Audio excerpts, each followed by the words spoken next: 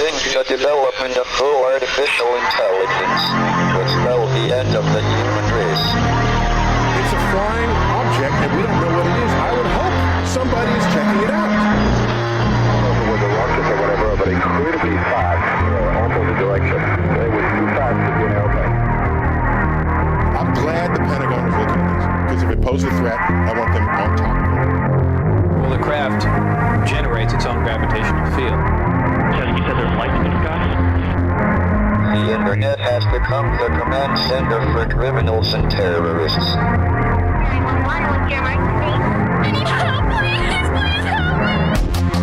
Aliens won't let it happen. You know, that's what we're instructed to say. Roswell, Area 51. Alien kept deep under the ground. 1, 0, 1, 1, 1, 0.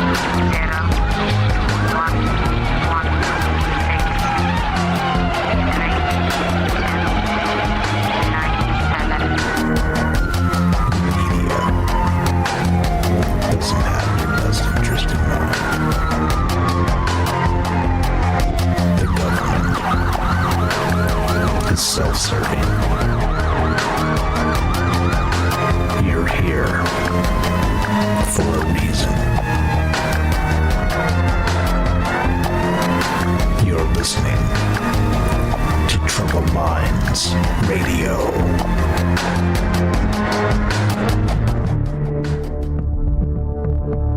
Broadcasting live from a secret bunker just off the extraterrestrial highway. Somewhere in the desert sands outside of Las Vegas.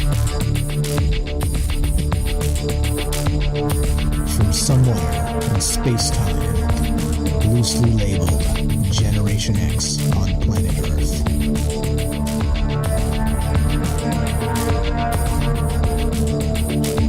And asking questions of you in earnest into the digital darkness. Well, good evening and welcome to Troubled Minds Radio. I'm your host, Michael Strange. We're streaming on YouTube, Rumble, X, Twitch, and Kick. We are broadcasting live on the Troubled Minds Radio Network. That's KUAP Digital Broadcasting. And, of course, 88.4 FM Auckland, New Zealand. Shout out to Jack and Jill and our friends down there in New Zealand. Tonight, back to the well. Now, as usual, look, it's difficult to every single day or every other day put some novel idea together or try and gain granular data in the onslaught of just relentless information and make some sense of it. And that's really at the core of tonight. Not just, let's say, kind of trying to pick out pieces of reality, but rearrange them in a way that makes some sense to what's happening to us in the modern day. Now, of course, I'm talking about control mechanisms. I'm talking about fate and destiny. I'm talking about the idea that we are not ourselves at the most granular level because everything around us is an invisible orchestrator of such. And so there's a batch of articles I've been sitting on for a long time, all kind of disparate in some, one way or another. But they all really bark at that same idea. And so I was going through everything tonight and kind of looking at some ideas and, I wasn't sure what to do. I'm like, okay, I could do that one, but then, can you do a full show on that? The other one, a full show on that? Not really. I'm like, oh, but you could do a whole show on all of these because that's a ton of wild ideas. Now, check this out. This is where we start tonight. As usual, look, there's no truth here. No truth to be found here. It's just ideas. It's just people talking. It's just considering maybe the things we might have missed. So if you're here for truth, you're in the wrong place. Well, I've never been the guy that is trying to tell you anything that you don't know. Just let's consider wild possibilities and discuss them by dark of night. That's the game. It's very simple. Let's start here. Let's start here. This is all these are linked in the description, and I do encourage you to check them out. It is pretty cool stuff. Now, this is from back to July, the end of July here, and it's from yourtango.com, and the headline is this. Now, this is a wild one. Now, once again, consider the space and the idea that we are not exactly who we think we are. We believe we're ourselves. I believe I'm Michael Strange. You believe you're whoever you are out there. Thank you for listening and thanks for hanging out with us. But the point is that maybe you're not at all. Maybe none of us are. And we're all this part of this larger system that we don't know anything about, or we know so very little about that we're kind of, relegated to these dark corners of the internet at nighttime talking about these things because it is so difficult. It's so difficult to put together. Anyway, the headline is this. Science says these are the most pleasing names to hear. Is yours on the list? And I'm not going to read you this whole article because it's very, very long, but one of the actual names here that I'll read you the list of names instead. But anyway, so top 10 most beautiful sounding names in the U.S. were, and these are ranked boys and girls, and of course they did this by survey. And wouldn't you know it that the top female name that is the most pleasing to the human ear is Sophia. Sounds very Gnostic, does it not? Yeah, a little bit weird. The male is Matthew. So we've got, the top 10 list in rank boys, Matthew, Julian, William, Isaiah, Leo, Levi, Joseph, Theo, shout out Theo, Isaac, and Samuel. And on the girls' side, we got Sophia, Zoe, Everly, Sophie, Riley, Ivy, Paisley, Willow, Ellie, and Emily. That's interesting. Now, the whole idea here when I'm reading these, and like I said, I don't know the mechanism behind this, but of course we're talking about syllables, we're talking about maybe consonants and shorter names or whatever they are, right? There's so many different variables that kind of go into this. And, is it pseudoscience? Yeah, maybe. But I, as usual, once you get enough data on something like this, so a massive data set, then this stuff starts to become science. And so I do wonder. Anyway, so that's in the United States. The top 10 most beautiful sounding names in the UK were, again, listed. We'll go girls. Sophia, again. Zoe, Rosie, Sophie, Ivy, Phoebe, Violet, Willow, Hannah, and Ellie. And the boys there in the UK were Zane, Jesse, Charlie, Louie, William, Freddie, George, Ali, Daniel, and Riley. Now, why? Is there some correlation there? Can you squint and go, okay, I see why? I don't know. And that to me, like I said, it does seem very magical, pseudoscience-y or whatever. And think of it this way. For instance, my name's Michael. Everybody knows this that listens to this show. What's up, friends?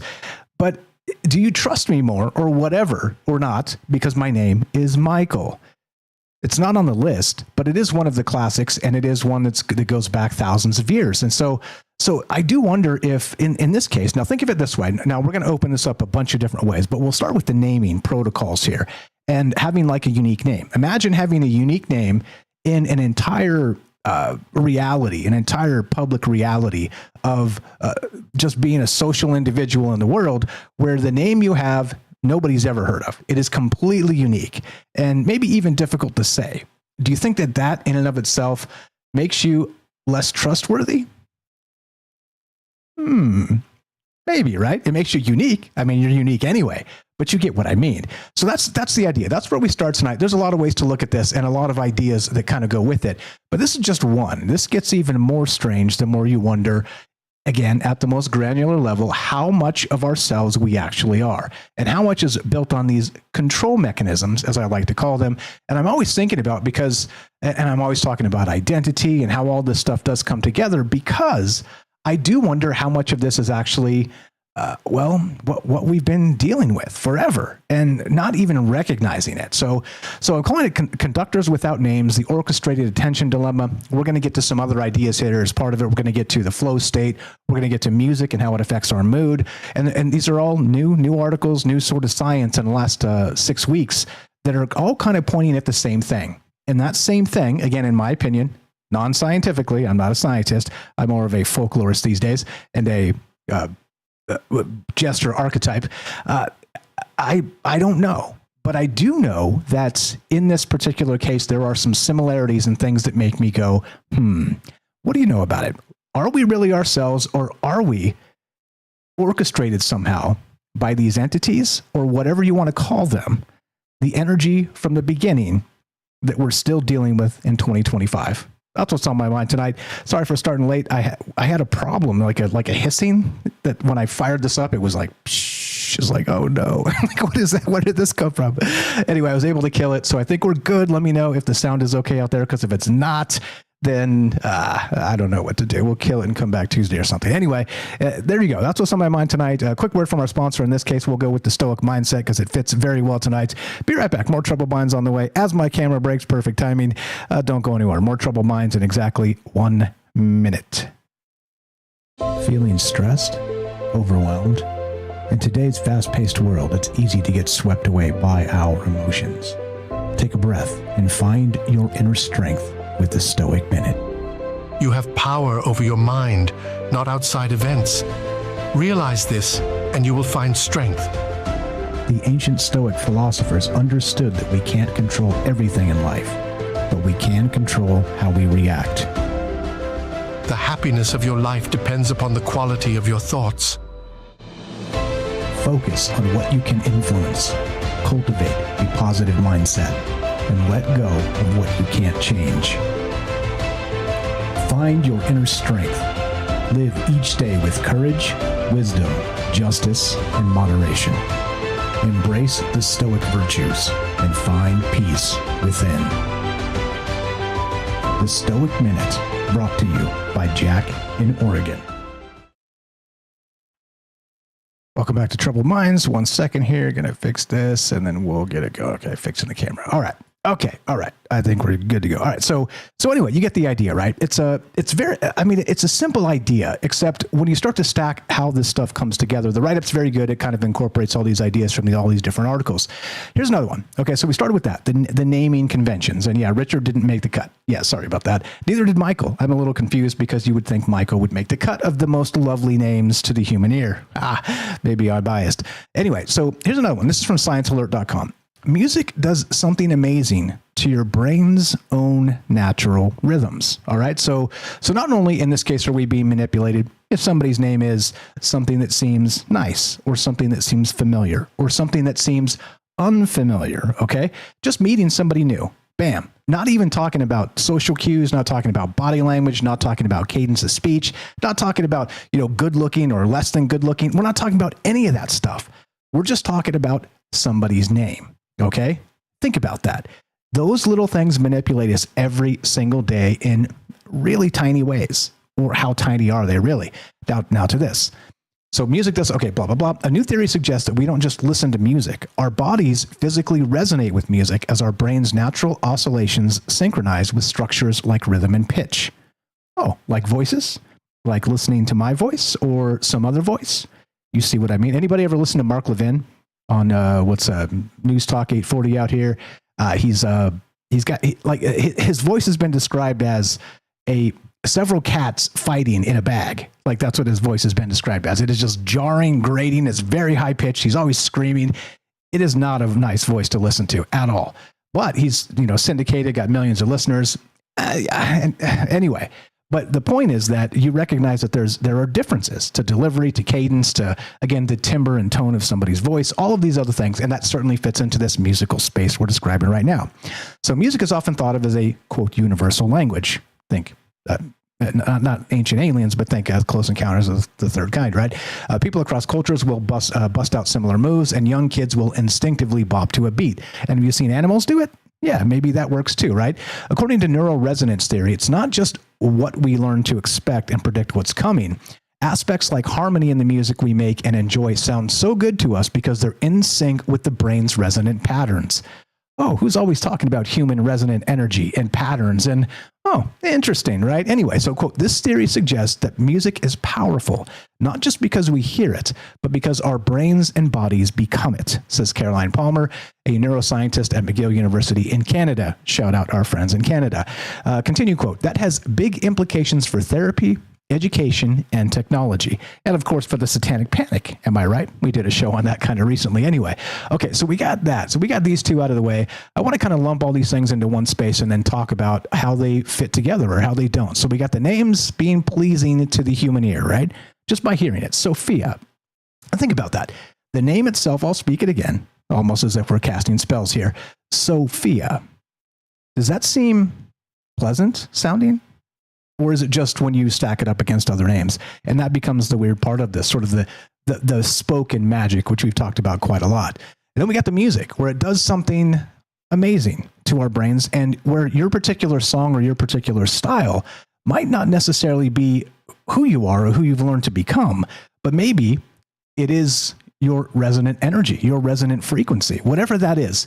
And you sort of just found it as, some people like country music and some people like pop or whatever, right? I don't know. I do wonder, of course, some of that is societal based and, where do you live and, who you hang out with and all the rest of that. But anyway, you found it, didn't you? Okay. And anyway, now here's an important one. We're going to go 3. So we're going to go, this is Exhibit 3. And these links are in the description. I encourage you to check them out. A lot of wild ideas here. But the main question is this. Do you think that you are you, or do you think that you are you just as a shell, mostly, being manipulated by all these unseen and unheard of things around us that people haven't put together yet in the sense of, well, MK Ultra in 2025? And so I say that, of course, because surely and obviously somebody's been working on these exact things I've been talking about for a very long time, to control people. And this does go back to the ancient temples and all the rest of that stuff with the priests and the incense. Think of smell. We'll get to smell as well.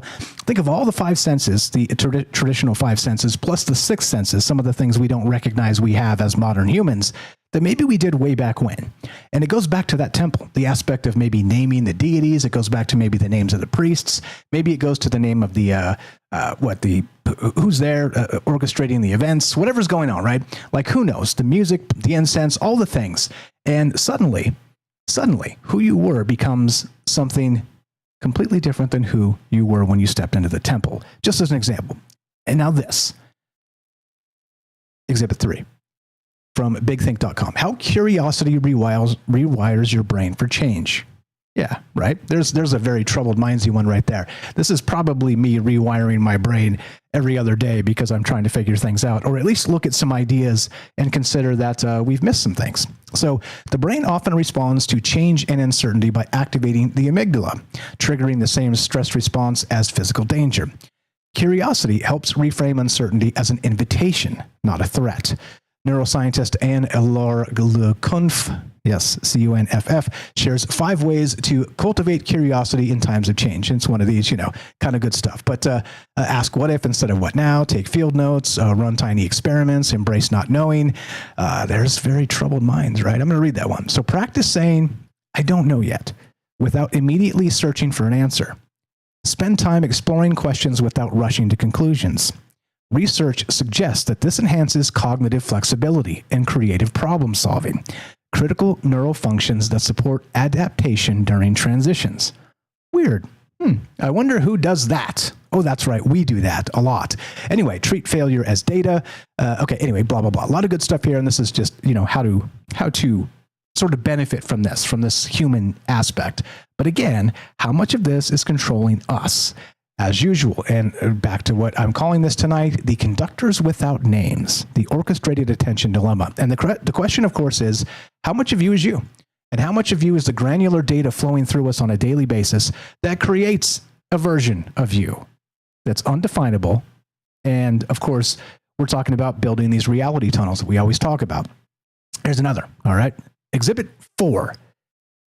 This, wait, no. Is this the one? Oh, man, it's got the paywall. Okay, that'll be Exhibit 5. 1 second on that. I'll get that fixed. One moment here. I know some tricks. I know some folks. I'll make a phone call real fast, and we'll fix this up. At least I think we can fix this up. Anyway, so, okay, let's do that while it cooks. Okay, so, okay, instead we'll go to this one. Scientists discovered how a scent can change your mind. Like I said, back to the temple, back to incense, back to, imagine meeting somebody new and learning their name. Their name is Eli, or their name is Michael, or their name is Sophia, or their name is Jennifer, whatever it is, right? Whatever that name is, it gives you an impression. It gives you a memory. It gives you some kind of thing that you are now building this larger aspect of this person on. Okay, it's the only thing we can do since we can't read minds. Well, not the only thing we can do, but you get it.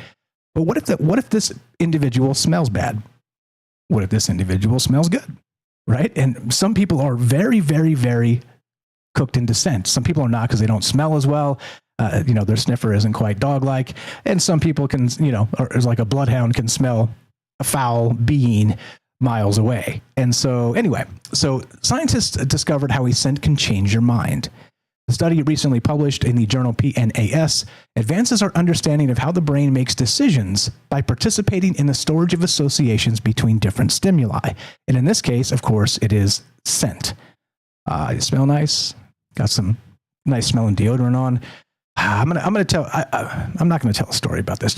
I'm sure everybody's experienced something like this, where there was everything pleasant about a particular person except for the smell, and not even to the point where they, smelled like they crawled out of a sewer or something, but they wore like a perfume or something that rubbed you the wrong way, that just kind of hit your nose and you were like, ugh, like every time you smelled it. You know what I mean? And how do you say that to somebody? Not like they're going to change it for you, but you get what I mean. I mean like casual acquaintances, not family or something.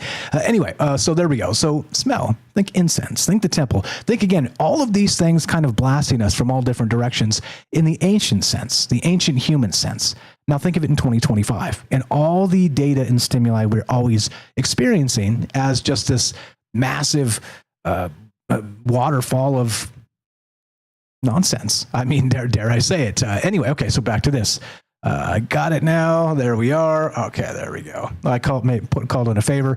This is from Popular Mechanics. The altered state of consciousness, this altered state of consciousness feels like magic. And it could be what humans are made for. And we'll get to this after the break because we're running out of time here. But basically, it's talking about the flow state. Okay? And humans likely evolved to reach this peak performance zone. And this article is about how you can enter that flow state. So, but I do wonder, think of it this way, and we'll get back to this in a second here, and ask you some of the important questions. Is it possible to enter this flow state constantly and continually? Or if you're stuck in it, let's say, stuck in your best, your peak performance, is it possible to stay there? Or does that sort of erode? Does that become something less than peak because now it's your standard you feel? But now you need, to pinch yourself in the butt to peak yourself up to a peak performance, right? You see what I'm saying? Or a step on a nail, don't do that. Don't do any of those things. I'm just saying that, is it possible for this peak performance itself, that flow state, to actually be different on Monday than it is on Tuesday? You see what I mean? And then take all of these ideas together and then ask yourself one more time as we wind down here at the bottom of the hour, are you truly yourself? And how, if you're not, or if it's ish in any capacity here, how exactly do we do something with this? Meaning, how do you recognize these things? How do you stop in a moment and think truly, am I being manipulated by things I never considered? And of course, I'm calling it Conductors Without Names, the Orchestrated Attention Dilemma. 702-957-1037. Click the Discord link at troubledminds.org. Love to hear your thoughts on this. As usual, I don't know. Let's talk about it. More Troubled Minds on the way. Be right back.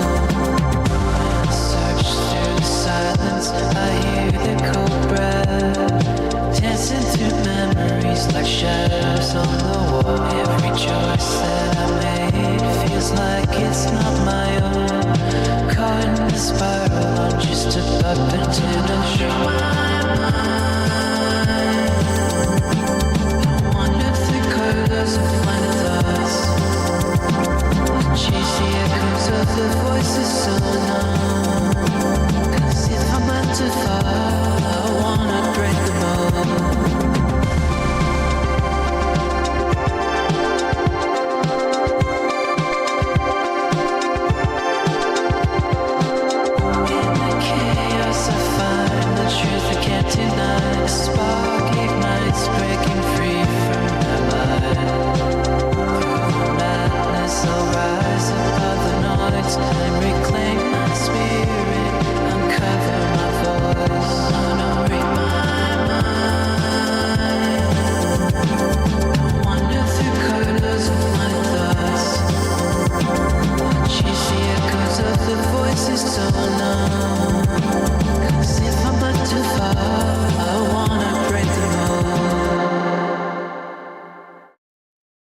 Indeed.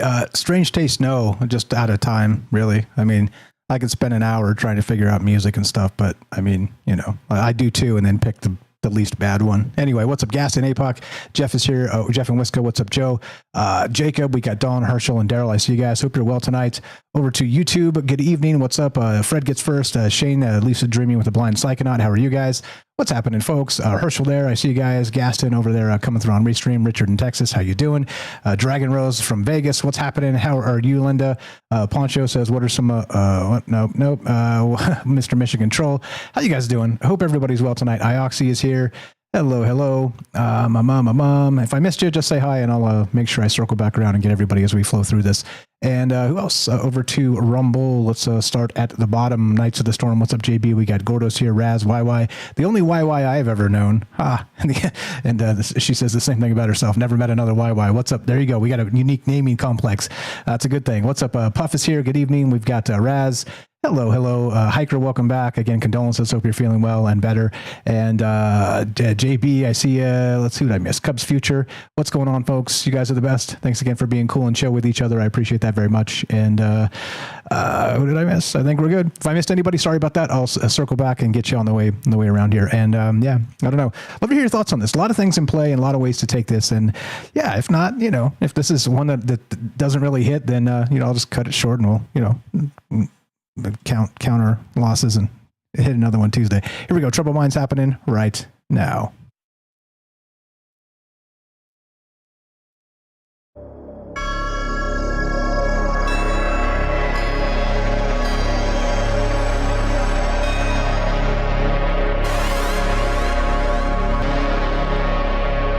Welcome back to Troubled Minds. I'm your host, Michael Strange. We're streaming on YouTube, Rumble, X, Twitch, and Kick. We are broadcasting live on the Troubled Minds Radio Network. That's KUAP Digital Broadcasting. And, of course, 88.4 FM Auckland, New Zealand. Tonight,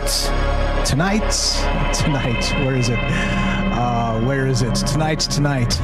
Could rhythm, scent, and syllables act as quiet switches in the mind, nudging judgment before intention wakes?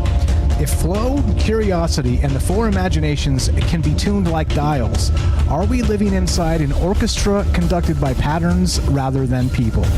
Or is this just coincidence with good PR? Becomes the real question. That sounds very Orwell, right?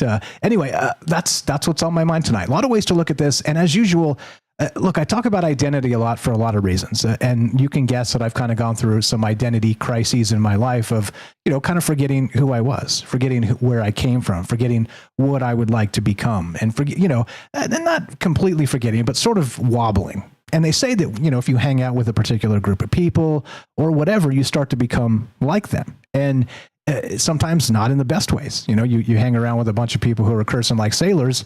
And even if it's not your way or your style, you end up kind of cursing like sailors. Not always, but, you know, for the most part, you kind of start to amalgamate into more of a collective. And what's that line from shout out James, if you're out there listening, the line from what is it? Men in Black, right? Where, you know, a person is smart, but a group of people are panicked crazies or whatever that quote is. I'm not going to pull it up, but you get it, right? And so this certainly becomes one of those things where we're always being manipulated all the damn time, in some of the most innocuous ways too. It doesn't necessarily have to be some quiet controller, the man behind the curtain, you know, flowing the social media stream out to turn you into a monster. However, every little thing counts and every little thing does affect us. And so in that capacity, I guess, what do you think about all the rest of it? There's more here. We're going to get to the imagination aspect of it and curiosity and some of this other stuff. There's a lot in this write-up, but also how much of this do you think really does affect us? And if, let's say, you were aware of this, so let's say I was aware of this, we'll use me as the guinea pig use case here to discuss it. If, let's say, 20-year-old Michael Strange knew about these things and considered them at 20, how much different would I be at 50? Yeah. And I think it's very, very, very different becomes the answer. And it goes down to agency. It comes down to, again, you being able to make your own decisions in the face of, or the onslaught of, all of this information that's constantly trying to manipulate us. And now that it's been weaponized with social media, now that it's been weaponized with the mass media and all the information we're kind of getting all the time, it turns things a little bit upside down. So, okay, so back to this. Back to the, again, all of this is linked in the description if you're interested in reading these articles in full. I do recommend you do. And also the write-up is pretty good tonight, so check that out. Written by GPT-5. Again, my ideas, but GPT-5 as part of the backbone of it. What's the other thing? There's one more thing here. Here we go. This is where we started. This is from New Scientist, and this is imagination. Now, and this really kind of flows us down the troubled minds pathway as well, as part of why I like to get weird. I like to consider things that are obviously not true, but may have some basis in reality that goes back, who knows, maybe the things that we talk about have no basis in reality in 2025. But what if they did in 1950? What if they did in the 1500s? What if they did in the year 0? Okay. However you want to define that, those types of things are still ideas we deal with today. So even if you think they've sort of dissipated into the ether and they don't affect us today, I would argue, I think they still do. It just depends. It's a scale of, again, our attention, which is why I'm calling it the orchestrated attention dilemma. Now back to this. So from New Scientist, the 4 types of imagination and how they create our worlds. This is a fantastic article. Check it out. Number 1, I'm going to read you the 4 types and then we'll talk about this. Reproductive imagination, they call it. Conjure up the image of an apple in your mind's eye. Is it green or red? Does its skin shine? Does it have a stalk? Can you get a sense of its weight as you gently twirl it? Does it have a scent? Back to the scent. If these questions make sense to you, you have created a sensory image of an apple. This kind of imagination is known as reproductive. You know an apple's properties, so you can reproduce apple-like sensations in the absence of the real thing. When you do, research suggests the brain regions that activate strongly when you look at an apple activate weakly, giving your imagery its visual feel. We know this because brain imaging has shown directly that visual cortices fire up when we visualize things. The reproductive imagination. 2, creative imagination. Now we're cooking. Once we can create images of things in their absence, there is plenty of scope for tinkering with them. When we do this, we nudge our reproductive imagination into the productive, also called the creative kind. We harness the style of imagination in both humdrum contexts and innovative ones, such as when a playwright creates a startling denouement. Is that how you say that? Or a physicist posits a new fundamental particle. Yes, not to be confused with the ChatGPT hallucination. Imagery seems to be a frequent ingredient of the process of creation, but not an essential one. As someone with aphantasia, which we've talked about quite a lot, who lacks a visual mind's eye, is asked to imagine an apple behind their eyelids, nothing appears. Yet such individuals can also be creative, producing things that are new and useful, from the latest tech to pieces of music. 3, perceptive imagination. 2 kinds of imagination mentioned previously are arguably the offspring of a more fundamental form, which is what I love, by the way, which allows us to experience the world around us. We don't usually consider our day-to-day perception of everything we see, the books at our bedside table, our toothbrushes in the bathroom, the skies we step out the front door, as imaginative. But the latest research indicates there are strong reasons for deeming it so. Our waking experience depends on our hard-won knowledge of the sensory world, from painstakingly learning to hear, see, smell, and experience touch, in collaboration with our brain's ceaseless activity. And then, of course, this is the one I talk about quite a lot as well, cultural imagination. This is number 4. So now we come to concealed or cultural imagination. We are deeply cultural creatures shaped by our heritage during our individual lives and adapted to culture by our evolutionary history. Our cultural heritage, from the style of clothes we wear to the tools we use to prepare food and the sort of homes we live in, is the cumulative creative product of human imagination. But its imagination origins are often invisible to us. And so there you go. This is very good. I'm not going to read the entire thing. That was like about a third of it, but you get the idea. Suddenly, all of these things are always in motion around us all the damn time. And we're being manipulated, as usual, back to these control mechanisms I'm always talking about. And it really comes down to agency. So how much of you are you? How much do you think? And how much do you think this stuff actually changes people? Not just changes people, let's say changes the core of their existence of who they are. And again, as we always change as we grow and learn things and, hopefully become a better version of ourselves, how much of this is holding us back? And that's kind of it. There's a ton here. I could start reading from the thing or whatever. I kind of figured, look, I was wobbly on this too, by the way. I almost just canned it and was like, I'm out of here. I'm not feeling this. How do I even explain all these disparate elements? Anyway, here I am trying anyway. But you get the point. Back to the old idea of us as individuals. Are we? Clearly and obviously. But how much of that is up to us? I don't know. I think in our case and in our space, I think it's complicated, but I think it's probably deeper than we ever dreamed, in my opinion. And that's why when I was kind of going through articles and some ideas, I was like, all of these things are exactly what I'm always thinking, what I'm always talking about. And is that my own bias? Yeah, absolutely. Absolutely. But also, does that make it not true? Maybe, but also maybe not. As usual, love to hear your thoughts on this. 702-957-1037. Click the Discord link at troubledminds.org. Like I said, I knew this might be a flop, but if you guys are interested, I'd love to hear your take on this and how much of is it. Gotcha. We got Derek at the top of the hour. Appreciate that. Yeah, I don't know. I don't know the answers here, but I do know, like I said, that some of this stuff does change. Some of this stuff does grow. We just did that baseball show recently. There was a period in my life where I hated baseball. And not because it was something that really became, I don't know, like it reminded me of a bad time. Okay.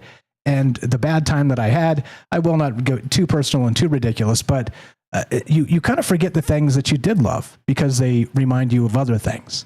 And so that's another control, another version of these control mechanisms that you forget entirely until they start to take you over. One step at a time, one thing at a time, one idea at a time, one name at a time, like Eli or Sophia.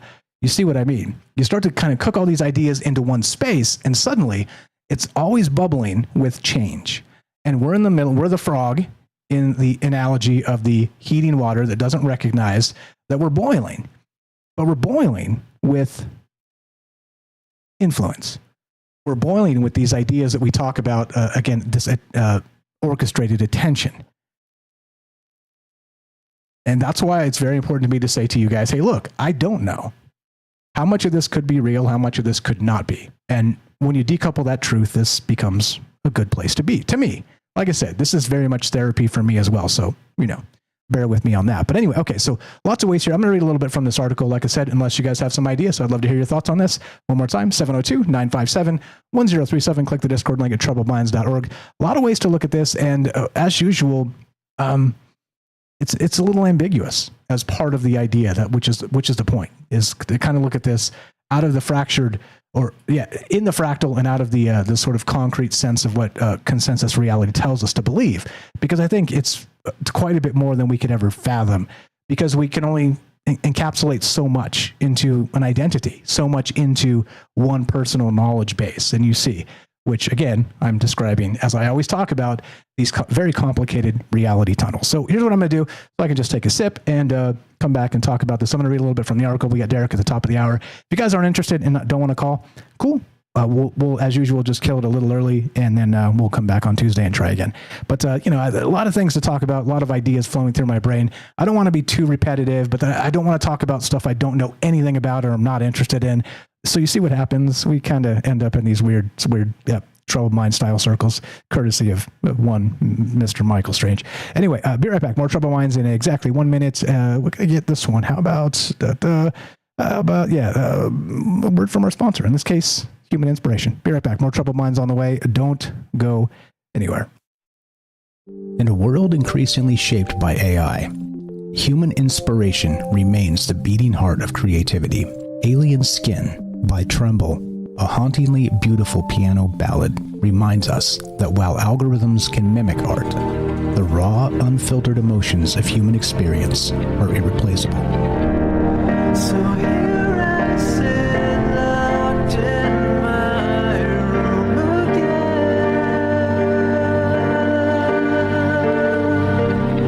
Written and composed by Jesse Ian in collaboration with Todd Smith, this progressive masterpiece delves into the depths of internalized grief and the silent toll of artistic compromise. As AI reshapes our reality, Alien Skin stands as a testament to the timeless power of human emotion and the complex beauty that only true artists can evoke. Experience the haunting beauty of Alien Skin by Tremble and support human inspiration. Available now on iTunes. Have you checked out that track? Available now on iTunes. Shout out to the folks that sponsored the show. Appreciate it very much. Okay, Conductors without names. Now, as usual, this whole idea is incredibly ambiguous. Data points all over the place. It's very anthropological in its scope, okay? Because we can't really nail these things down directly.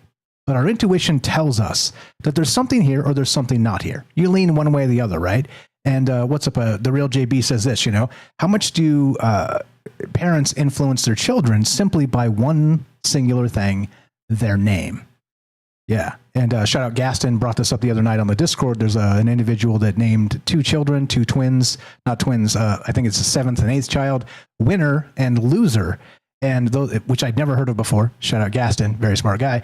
And I looked into it a little bit, and it's a fascinating story about how that actual imprint of a baby being born and named a particular thing can actually have lasting impacts throughout their lives. Now, is it anecdotal? Yes, of course. It certainly is, because you would have to, do horrific experiments to actually figure this out.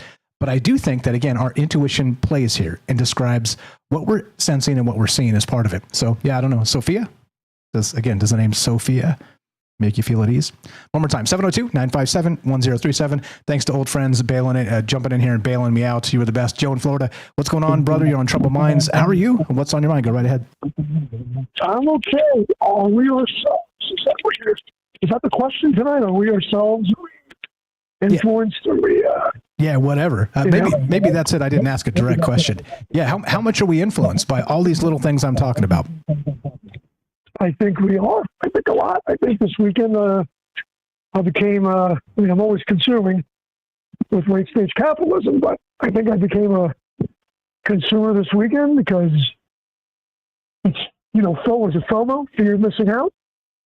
In the system, a symptom of consumption and everything. So it was basically, you get up in the morning, and I had my, I had a doctor tell me that. I had a doctor basically tell me, he was more like a freaking yogi. He was like, you got to get up, you got to take your time, you got to breathe, you got to be clear. It makes sense when you get up in the morning, and hopefully you have a clear mind and maybe some goals for the day. Definitely try to stay away from social media because that does influence you. That is orchestrated. And we know that. We all do. Influence. How much can you block it out? How much can you absorb and maybe a lot of influence you again, But then who are we? Like you said, who are we? My therapist asked me, what makes you happy? Right? You got to feed yourself. What makes you happy? Who are you? How do you check? Do we ever really know? Beginning of the show, because I apologize, I was in and out because I'm trying to get my printers going, and it's Sunday, and I was gone all weekend, so I came home today, and we're trying to cram everything in. But basically, you get up, go about your day, and don't know what's going on. You might end up seeing some social media. You start to get agitated, and you're crappy around everybody else around you. For me to make what makes me happy, play hockey. Go play hockey. You ain't got time to think about anything else. You are at base level. It's you, the ice, bunch of friends, and you ain't got time to think. Not that we play check, but you don't got time to think. Everything is left. If I had to say it myself, I couldn't guess for everybody else. Anybody else in this audience has their favorite thing to lose themselves in. And maybe that would be, are we ourselves? What's our base level? If we have to say a base reality, is it really something that we could just lose hours doing? Happiness and sadness, to me, are kind of extremes. They're emotions. So, what are we? Are we pulled on a string? And, again, when you started the show, I kind of lost my train of thought, but when you were introducing the show and I was out here in bits and pieces, what popped in the mind is we're animatons, monotons, whatever, were pulled on strings like a puppet, with a meat suit, basically. But it's kind of a scary meat suit because we know that we're influenced. And a lot of the shows come back to being influenced in this outright negativity. I mean, I don't care. We can view things, and really it's a political game. For me, none of them are good. But while there's no good news, in my opinion, there's really, really no good news. Like, I read a couple of articles here and there. I read some curious things. I find that it starts to get me agitated, and that's just when I turn it off. I mean, again, my only social media was Facebook. I had turned it off for a couple of weeks. I got back on it because you want to know what concerts are going on. You might want to maybe promote yourself a little bit. You might want to do a couple of things, and see some things. But then you see something that triggers you and you want to share it because you kind of can't help with the sarcastic joke,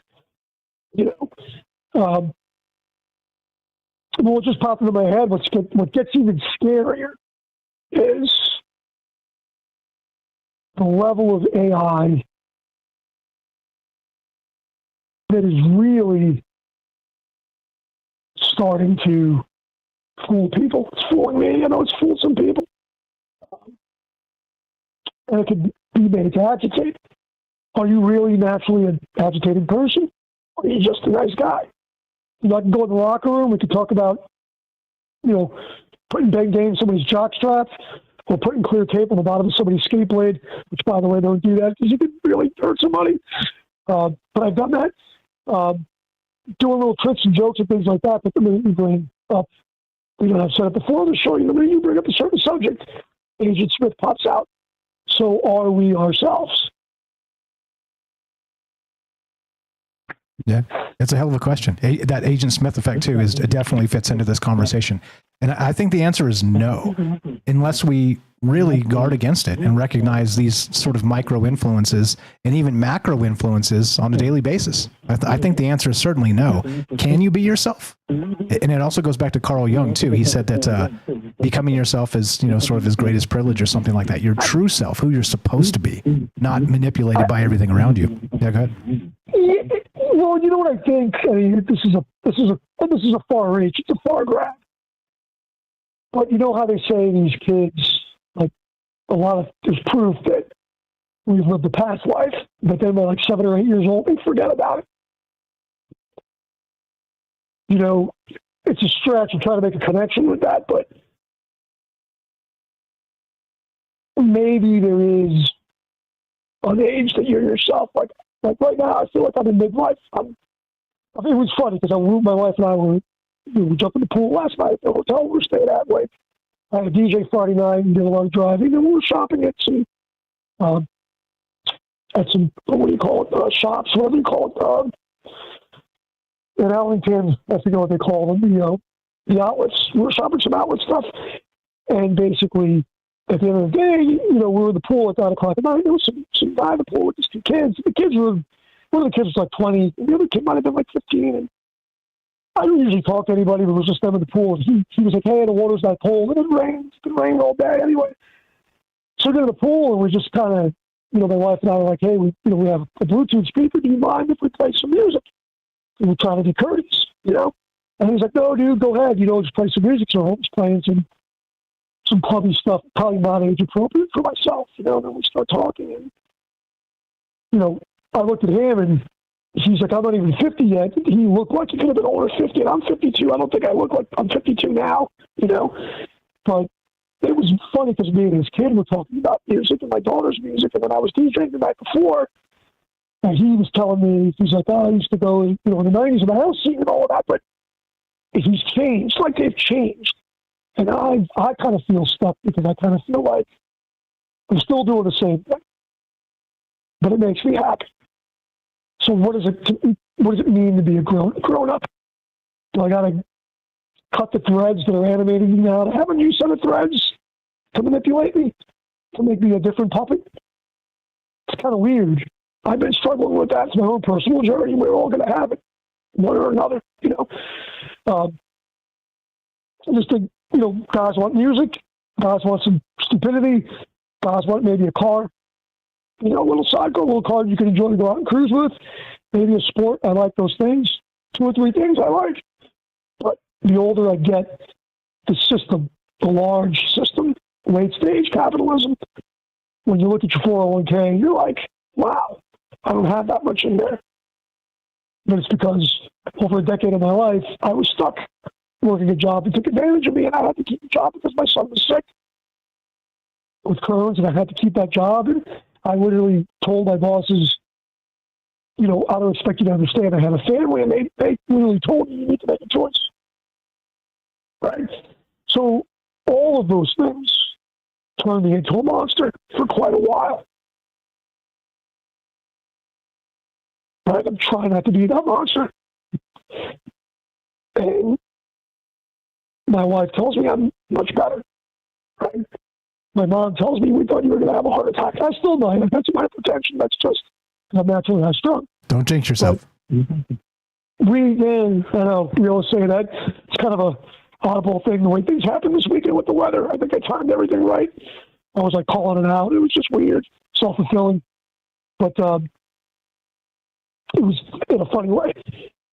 But every little thing, from getting up and listening to music on the way to work and just trying to, float like a butterfly, sting like a bee, just get to work, have a good time, and literally you see a moron in traffic and you come unglued. I think we've all done that.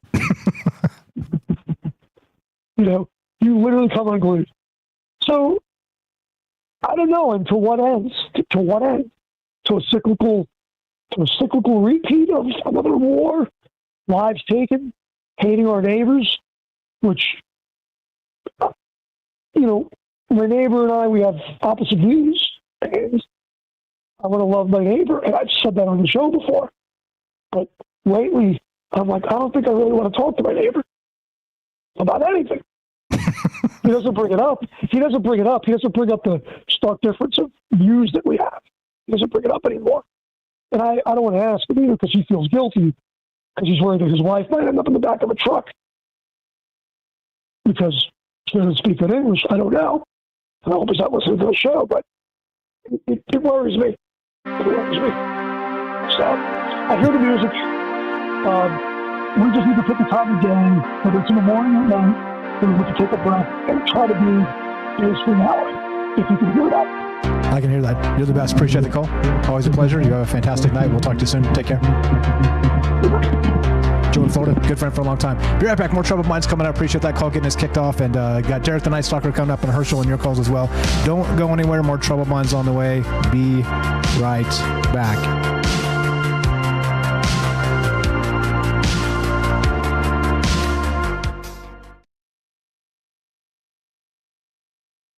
In a cryogenic slumber, lost in the lunar night, your face a faded number among the stars so bright.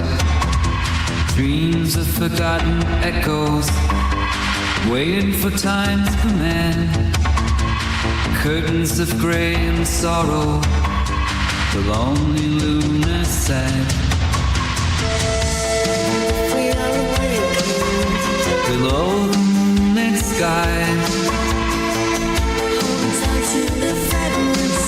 of the love we try, silent by your raging souls reside, suspended in a story, kept in the cold dark tide. Our futures in the making, in silver-edged domain, hearts kept in silent aching, till we meet once again.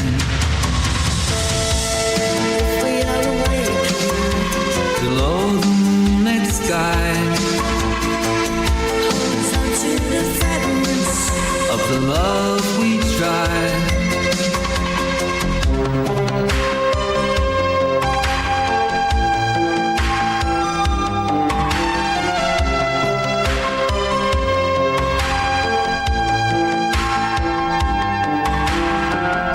frozen time we're resting, waiting for dawn's embrace. Whispers of love confessing in this forgotten place. We are awakened. Below the moonlit sky, Hold on to the fragments of the love we tried.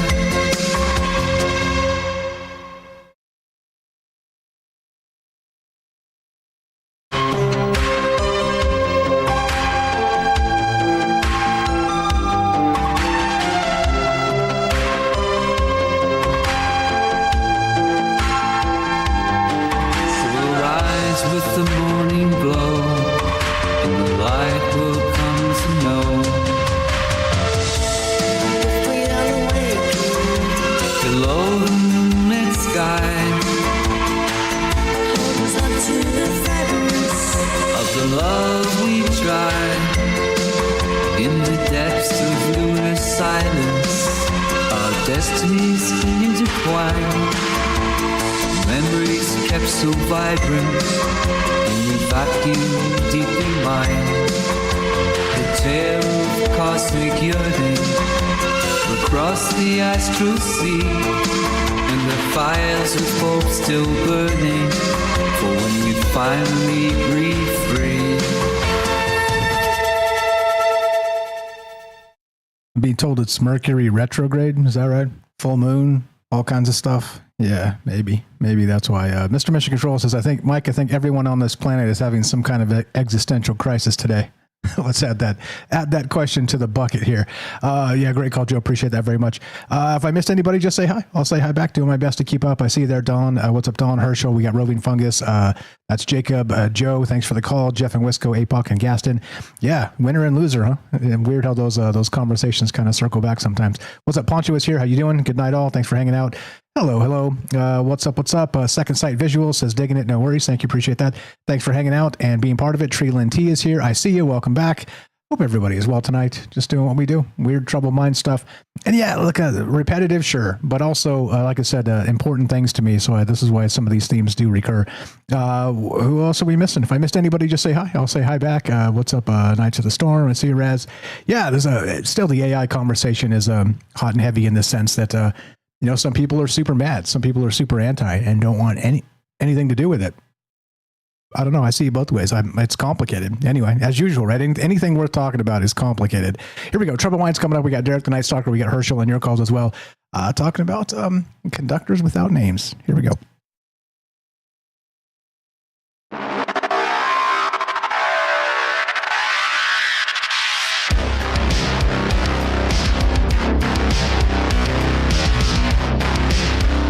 Welcome back to Troubled Minds. I'm your host, Michael Strange. We're streaming on YouTube, Rumble, X, Twitch, and Kick.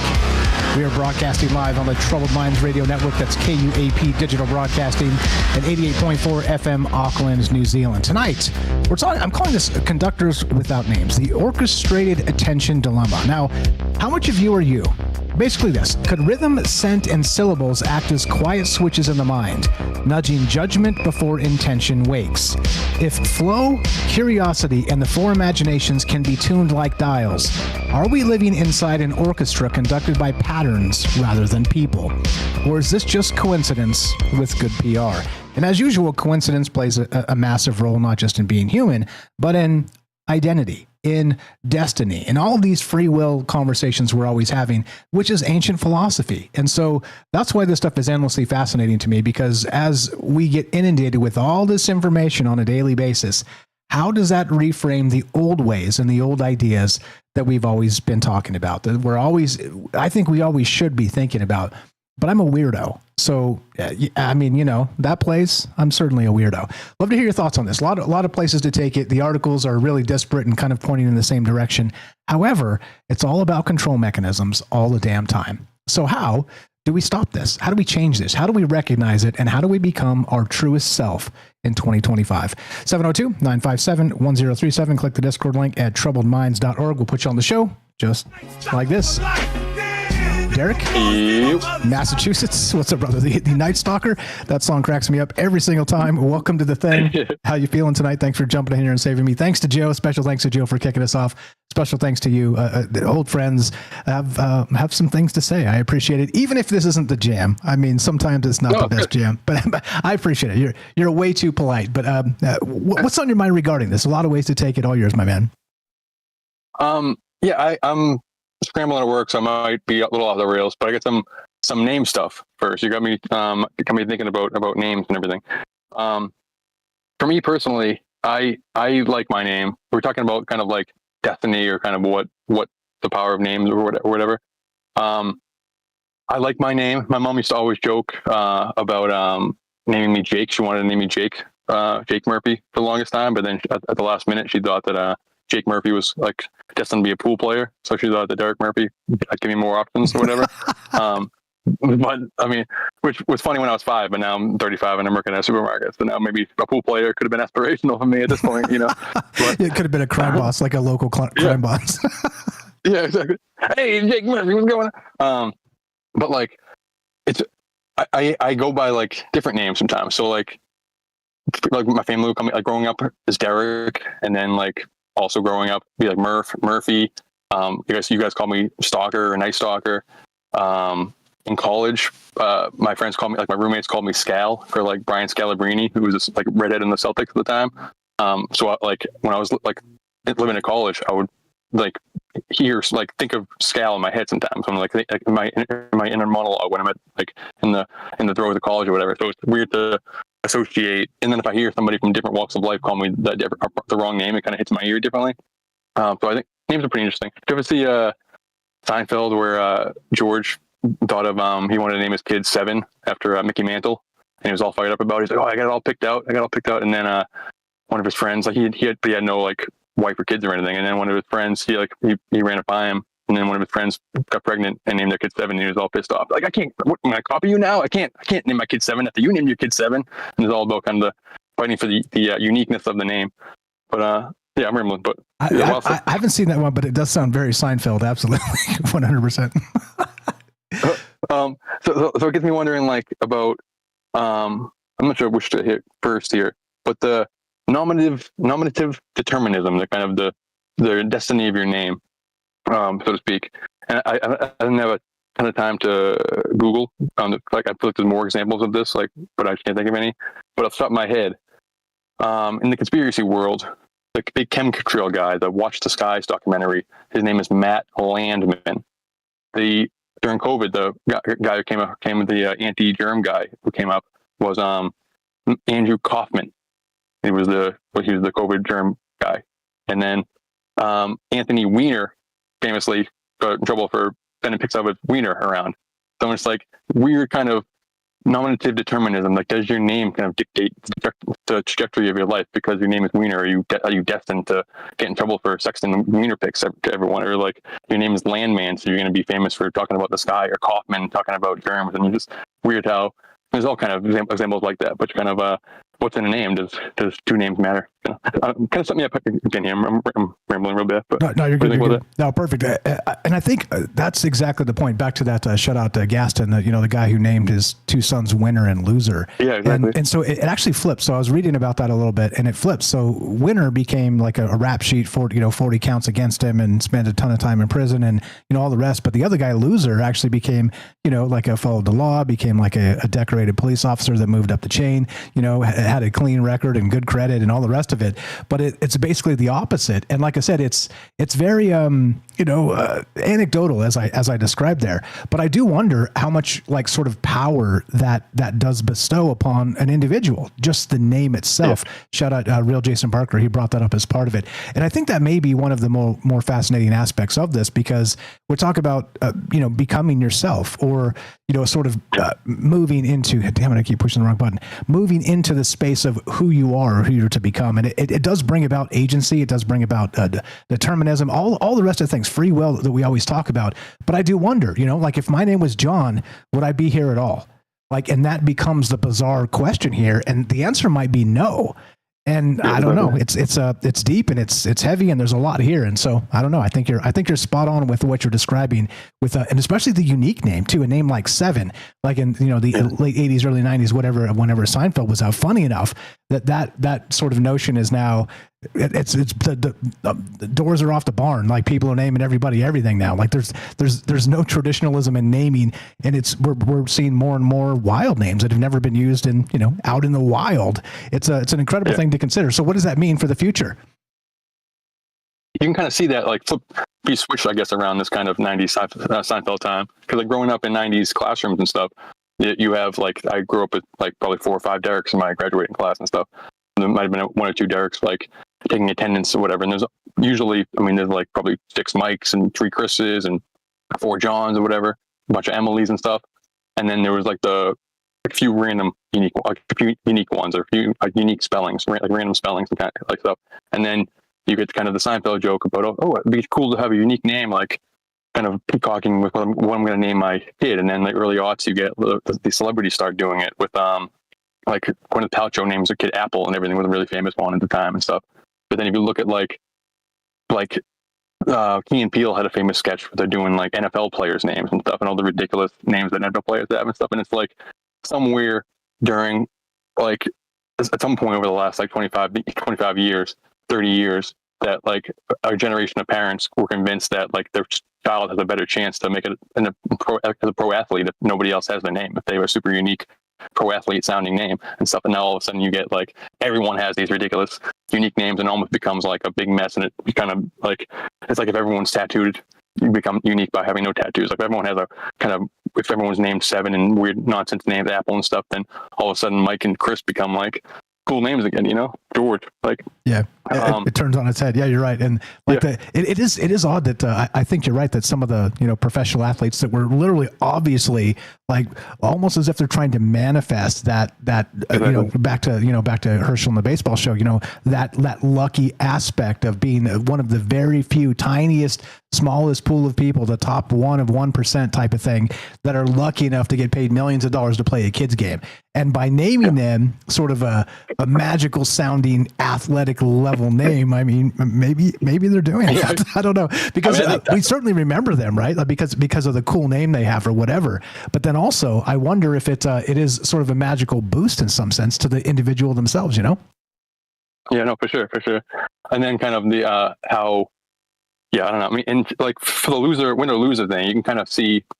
And I have no idea how these people are and stuff, but you can kind of see potentially how a name loser, you might want to overcompensate for having a name loser, and you try really hard. And if you're a winner, I can just imagine kind of just the montage of them going through their school days and stuff, and one's being held up on people's shoulders and stuff. Yeah, you're the winner.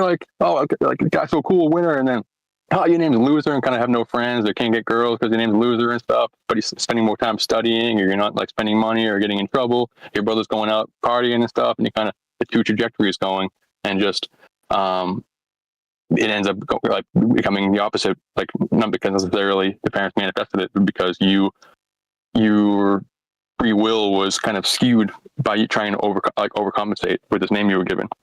Kind of I don't know, it's weird. And then so kind of we have 1 or 2 generations, and definitely culturally, I don't want to go too far into this, but having a unique name in certain cultures is super important and stuff, and creating a name, inventing a name, combining parents' names together and stuff, depending on what culture it is and everything. The uniqueness of the name says a lot about the person and everything.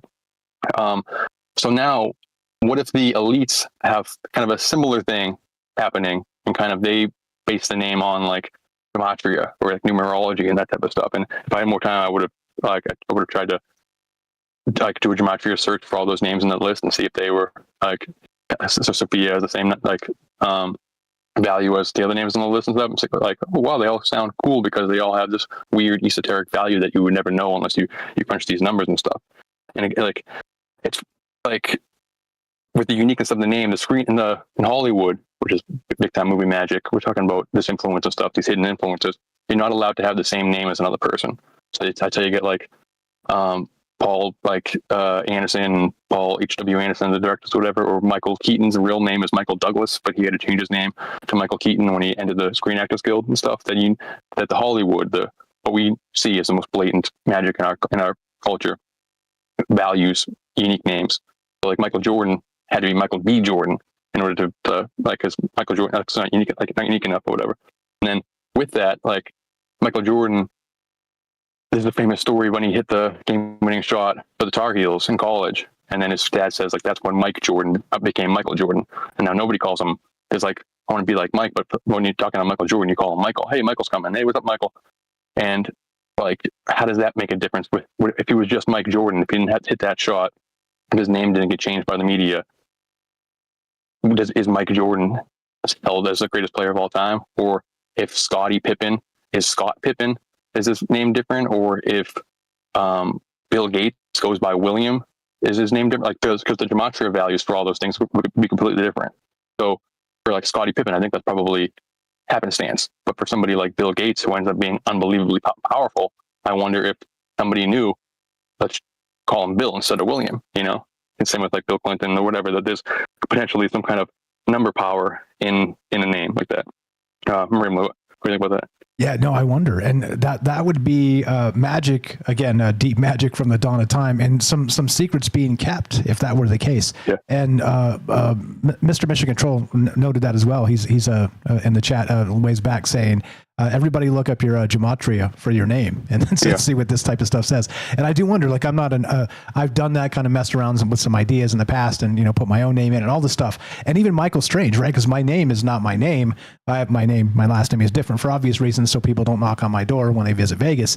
No offense. You're all great, but you know what I mean? It's difficult to keep up. And so I wonder, right? Did I unmagic myself, or did I make it better, or did I make it worse? It doesn't matter. I don't know. I think it's an interesting thing to think about for sure. Yeah. No, and it's like, is that kind of like a hidden almanac that they have, kind of some secret information that it goes beyond kind of just you, for marketing purposes, the Screen Actors Guild doesn't want to have double names, but there's actually some kind of, they know that they need to have different gematria values to insert in different roles. If we're talking about recurring systems or recurring patterns and stuff, that for all we know, maybe the names don't recur all the time in history.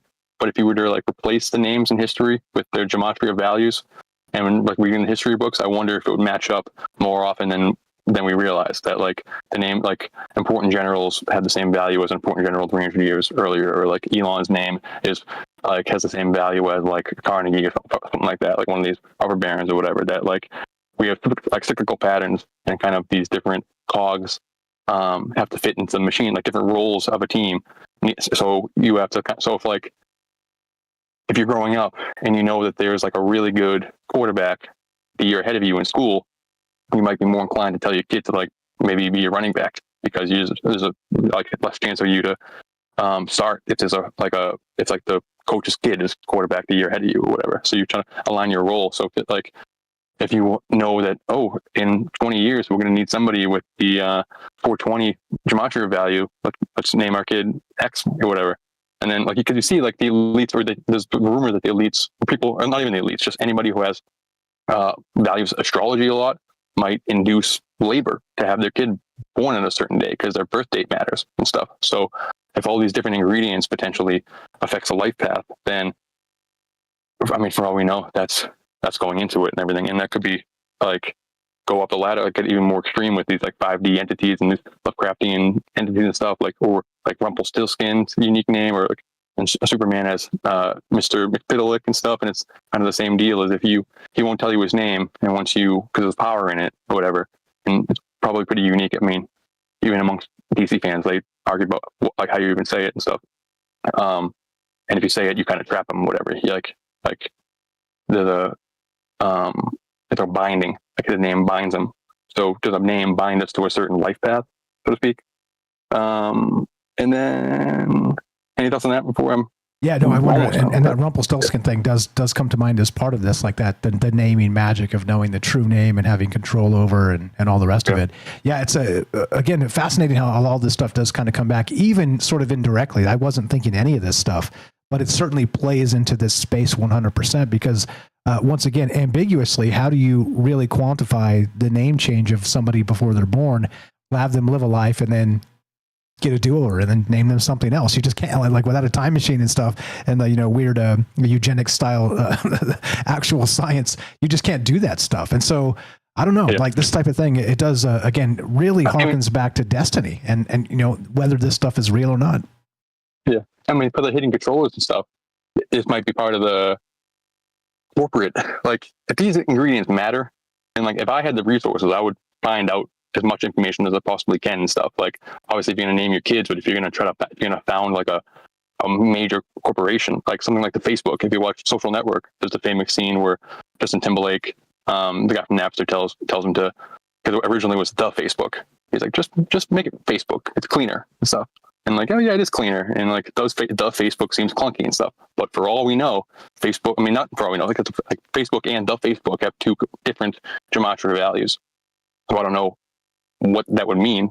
And like, maybe somebody might and stuff. And then you become one, like the Facebook is just a MySpace. Facebook becomes like Big Brother and stuff. And there's like two different destinies and everything. And I wonder if there's kind of these Wizard of Oz type people that are running these things all the time. Like, these different corporations will name themselves something different, like Netflix.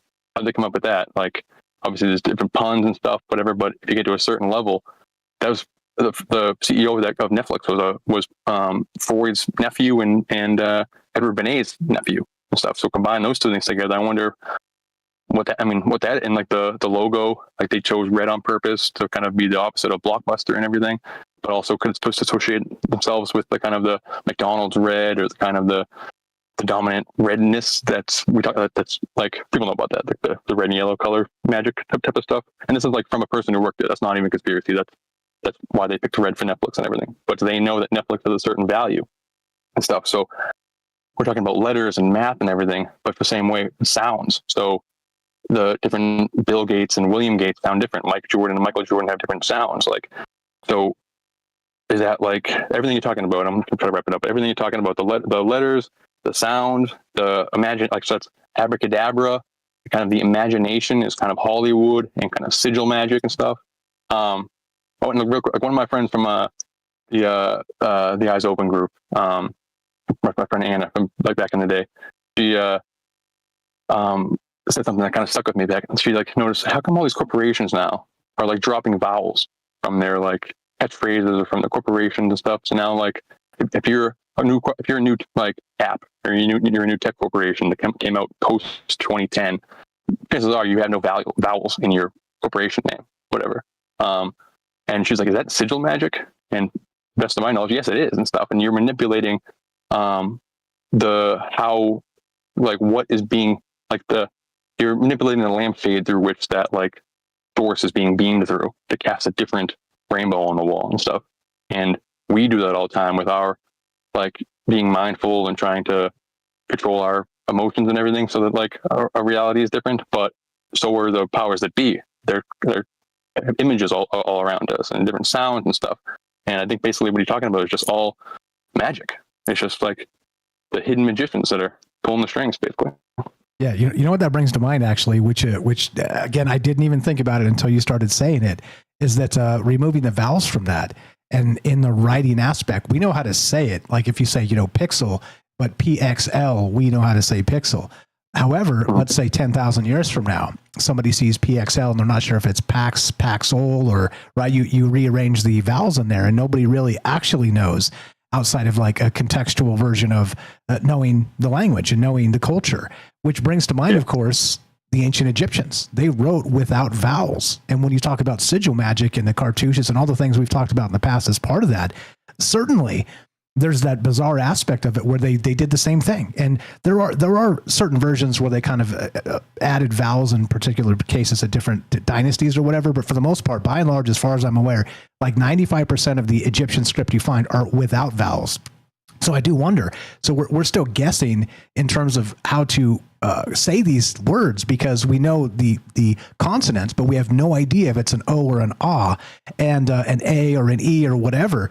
And that becomes interesting that you're describing that in terms of what's happening with branding. I mean, holy smokes, maybe it is sigil magic entirely. Yeah. I mean, it seems to be like important in magic. Like I don't practice magic, but just the famous abracadabra and everything, that words, obviously spelling and casting spells, that like the power is in the words and how the words sound and stuff. Like the cliche would be the taking Christ out of Christmas by calling it Xmas and stuff. And that just the subliminally you're doing something. So it's just like, that's kind of I'm not sure, I don't think I believe that. That's like, but just for the metaphor of it, constantly, like we talk about throwing advertising in our dreams and how like spooky and scary that is and stuff.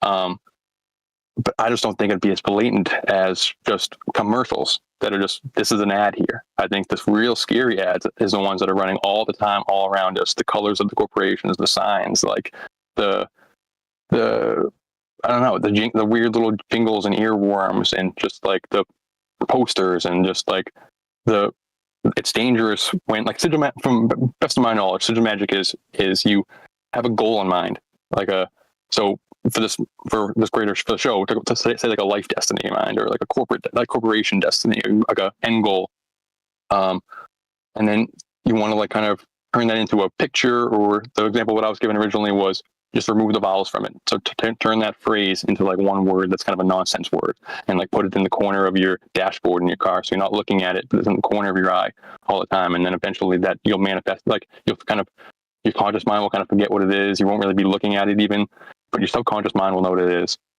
So a corporation, some like nonsense word, like you just said, like our subconscious mind knows what it is. We know how it sounds and everything, but our conscious mind doesn't really know, can't really register it like on the surface like that. And then it's like all around us. You're walking down the store, these labels all around. Like the bus has billboards on it. Like Main Street has all these like signs. I don't know. For all we know, every color and shape and texture and sound is like hitting a cheat code in a video game. I'm controller of the simulation is hitting the X triangle, B, Y square, like all around us, manipulating the game for all we know. And are we NPCs? Can we do that ourselves? Or I don't know. That seems like what magic is. And the Wizard of Oz is doing magic, I guess.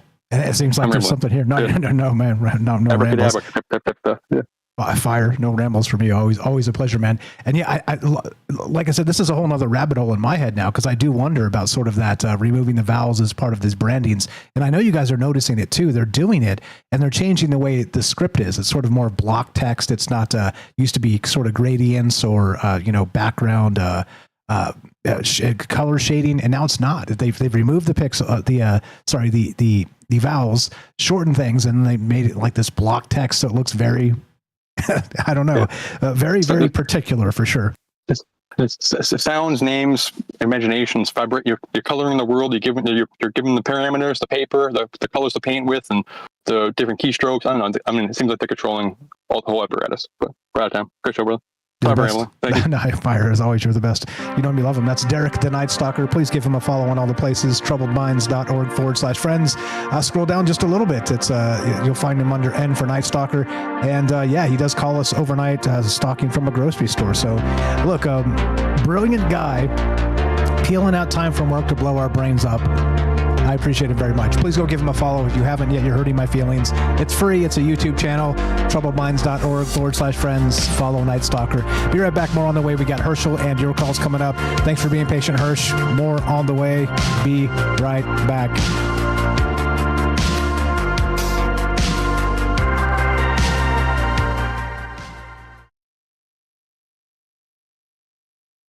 Drifting through the quantum haze.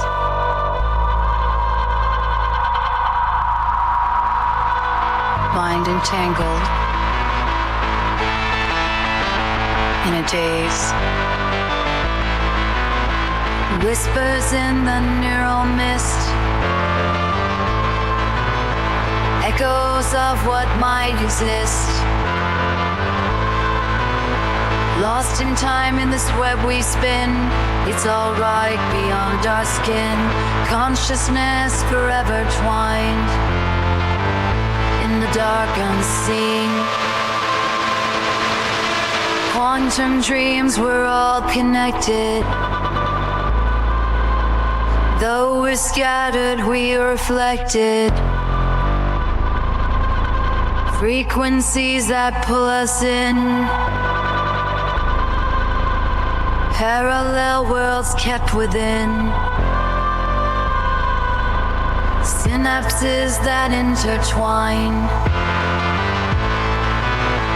Fragments of an endless line.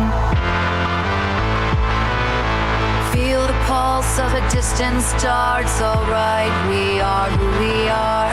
In the void we find the light in tangled hearts. Quantum dreams, we're all connected. In the silence, hear the call. One by one we rise and fall. Quantum minds forever near. In this world so clear. Quantum dreams, we're all connected. Though we're scattered, we are reflected.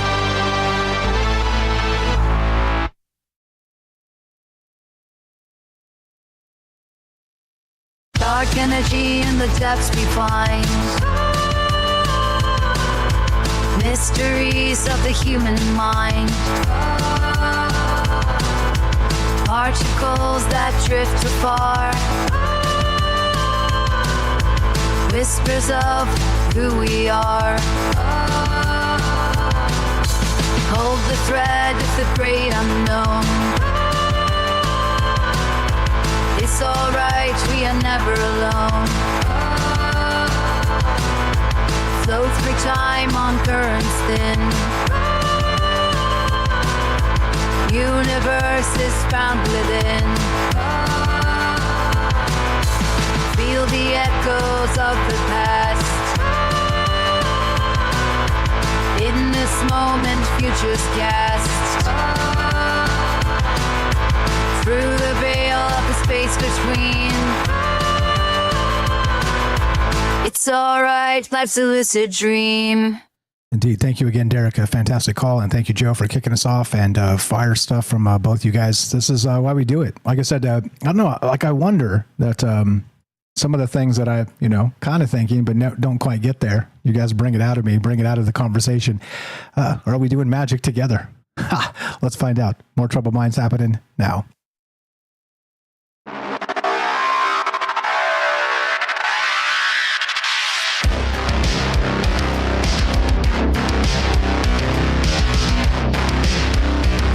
Welcome back to Troubled Minds, blah, blah, yada, all the places, troubledminds.org. And don't forget to follow our friends, troubledminds.org/friends. Tonight we're talking conductors without names.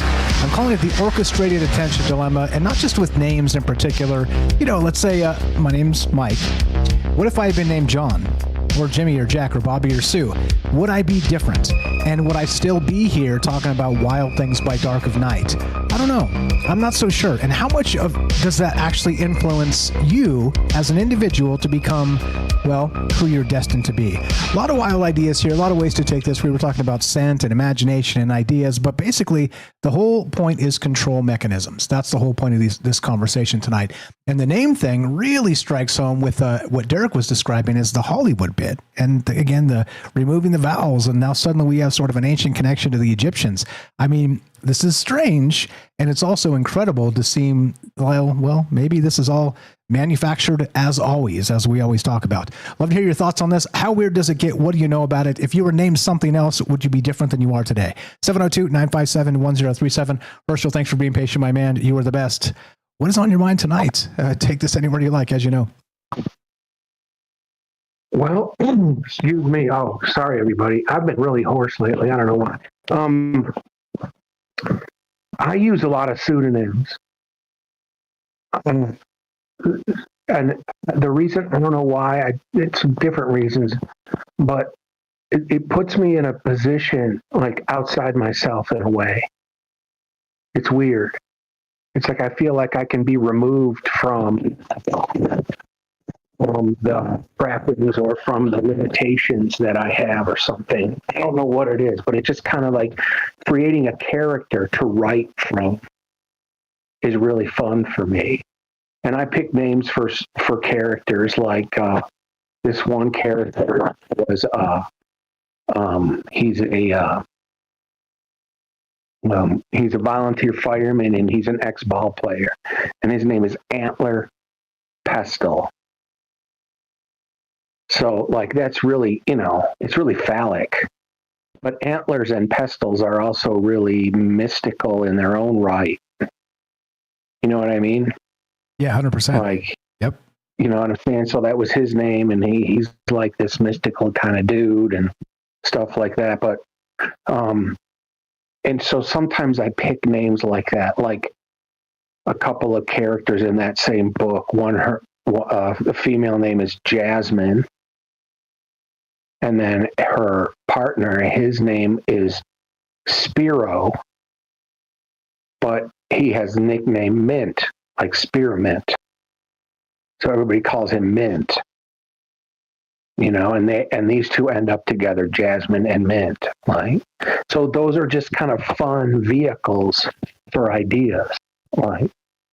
You know what I mean? And names, when you're writing, you're doing creative writing, names can be fun vehicles to take people on little rides all by themselves.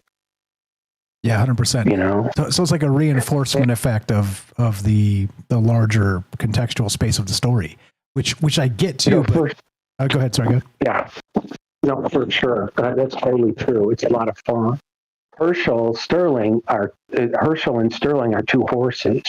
Actually, the horse's name was Hershey because of his coat. He looked like Hershey syrup. But I always called him Herschel because he had been abused, and I wanted to give him some extra respect and honor and make him feel more grown up and more like, you know what I mean? Like more noble. So I always called him Herschel. I never called him Hershey. And then Sterling was another horse who was just like really cool. And the two words sound really good together. I said, I'm going to be Herschel Sterling when I write. Like, I love it. I love it. I always wondered if that was your real name, by the way. I always wondered. Yeah. My real name is Robert. That's my real first name. Now, something about the baseball. I've got a lot on this subject. Something about the baseball stuff. When I was a young guy and I was introduced to the association and everything, I learned a lot of stuff. And one of the things I learned was about, this is a big number too. Like at the time, I don't know what it is now. When a ball player goes to the professional level, once he gets into the minor leagues and he's got like a contract that stems, very often what they do is they create a company, and the league or the team pays the company. And then the company pays the player, because the company has a lot of expenses. He's got to pay his trainer. He's got to pay for equipment. He's got to pay for the different physical type therapists. And these guys have massive staffs, like big staffs. Some of the individual ball players have big staffs to help them become the very best that they can be. You know what I mean? And so they have to pay all those people, and they pay themselves as an employee. And what I learned is it was like, I don't remember the number, but it was close to 20% of ball players don't even use their real legal names. And they make up a name for their company, and that's what goes on their uniform. And their baseball card. That's crazy. Yeah, because there's different reasons. They might not be pleased with their family. They might be VIPs. They might just want privacy, and they don't want their kids at school bothered by people or something. You know what I mean? Like, there's all kinds of reasons why that happens. But that's a thing, too. They make up their names. Some of them make up their names that are on their uniforms. It's not their real name. That's wild. It's basically in the baseball space, like the joke is that if you get a player out of the Dominican, they're probably 2 or 3 years older than you expect, and that's not even their real name. So that's one of those things that like kind of comes as part of it, right? Because they can press development. They say, wow, this guy's really advanced for a 16-year-old. Well, because he's actually 19, right? And so this is how they get drafted and stuff, and manipulate the system. But then they change their name, so there's no record back. Again, it's a trope. I don't know if it's real or not. There are instances, but how widespread it is, I don't know. But it is funny that you say that in the larger context that it's still happening anyway. Yeah, go ahead. Well, all the different ball players from different places, Americans also. Now they don't do they might do the age thing. I don't know, but in other countries, it's called the age of development, is as low as 16 years old. So a team can pay a 16-year-old and put them under development. You can't do that in the United States. You got to be 18. Or you can't even talk to a kid until he's 16 or 17. I don't know what the age is now, but when I was a kid like this, I've talked to a couple scouts before I was supposed to, but they talked to me before they were supposed to talk to me. But there's a certain age that they're not even allowed to speak with you. Like, it's like really strict here. And in other countries, it's not. They get development deals really early. But anyway, we cannot go off on that tangent. I'll never shut up. Yeah, me too. I'll never shut up either. Back to the names. What you got? Go ahead. Yeah, back to the names and stuff. So yeah, that's the thing. But just about like the individual, are we individuals? Are we ourselves? It really, when you were asking like, are we individuals? Are we really? How much are we really individuals? It made me think that I don't know. I can't remember the exact thing, but it's kind of reincarnation related. It's definitely like a Hindu kind of a concept, Eastern, but like specifically, I think Hindu concept is that we are all the same individual living out different existences. Like, so when you're looking at a different person, you're actually looking at yourself in a different, going through a different lifetime. And that's what reincarnation is.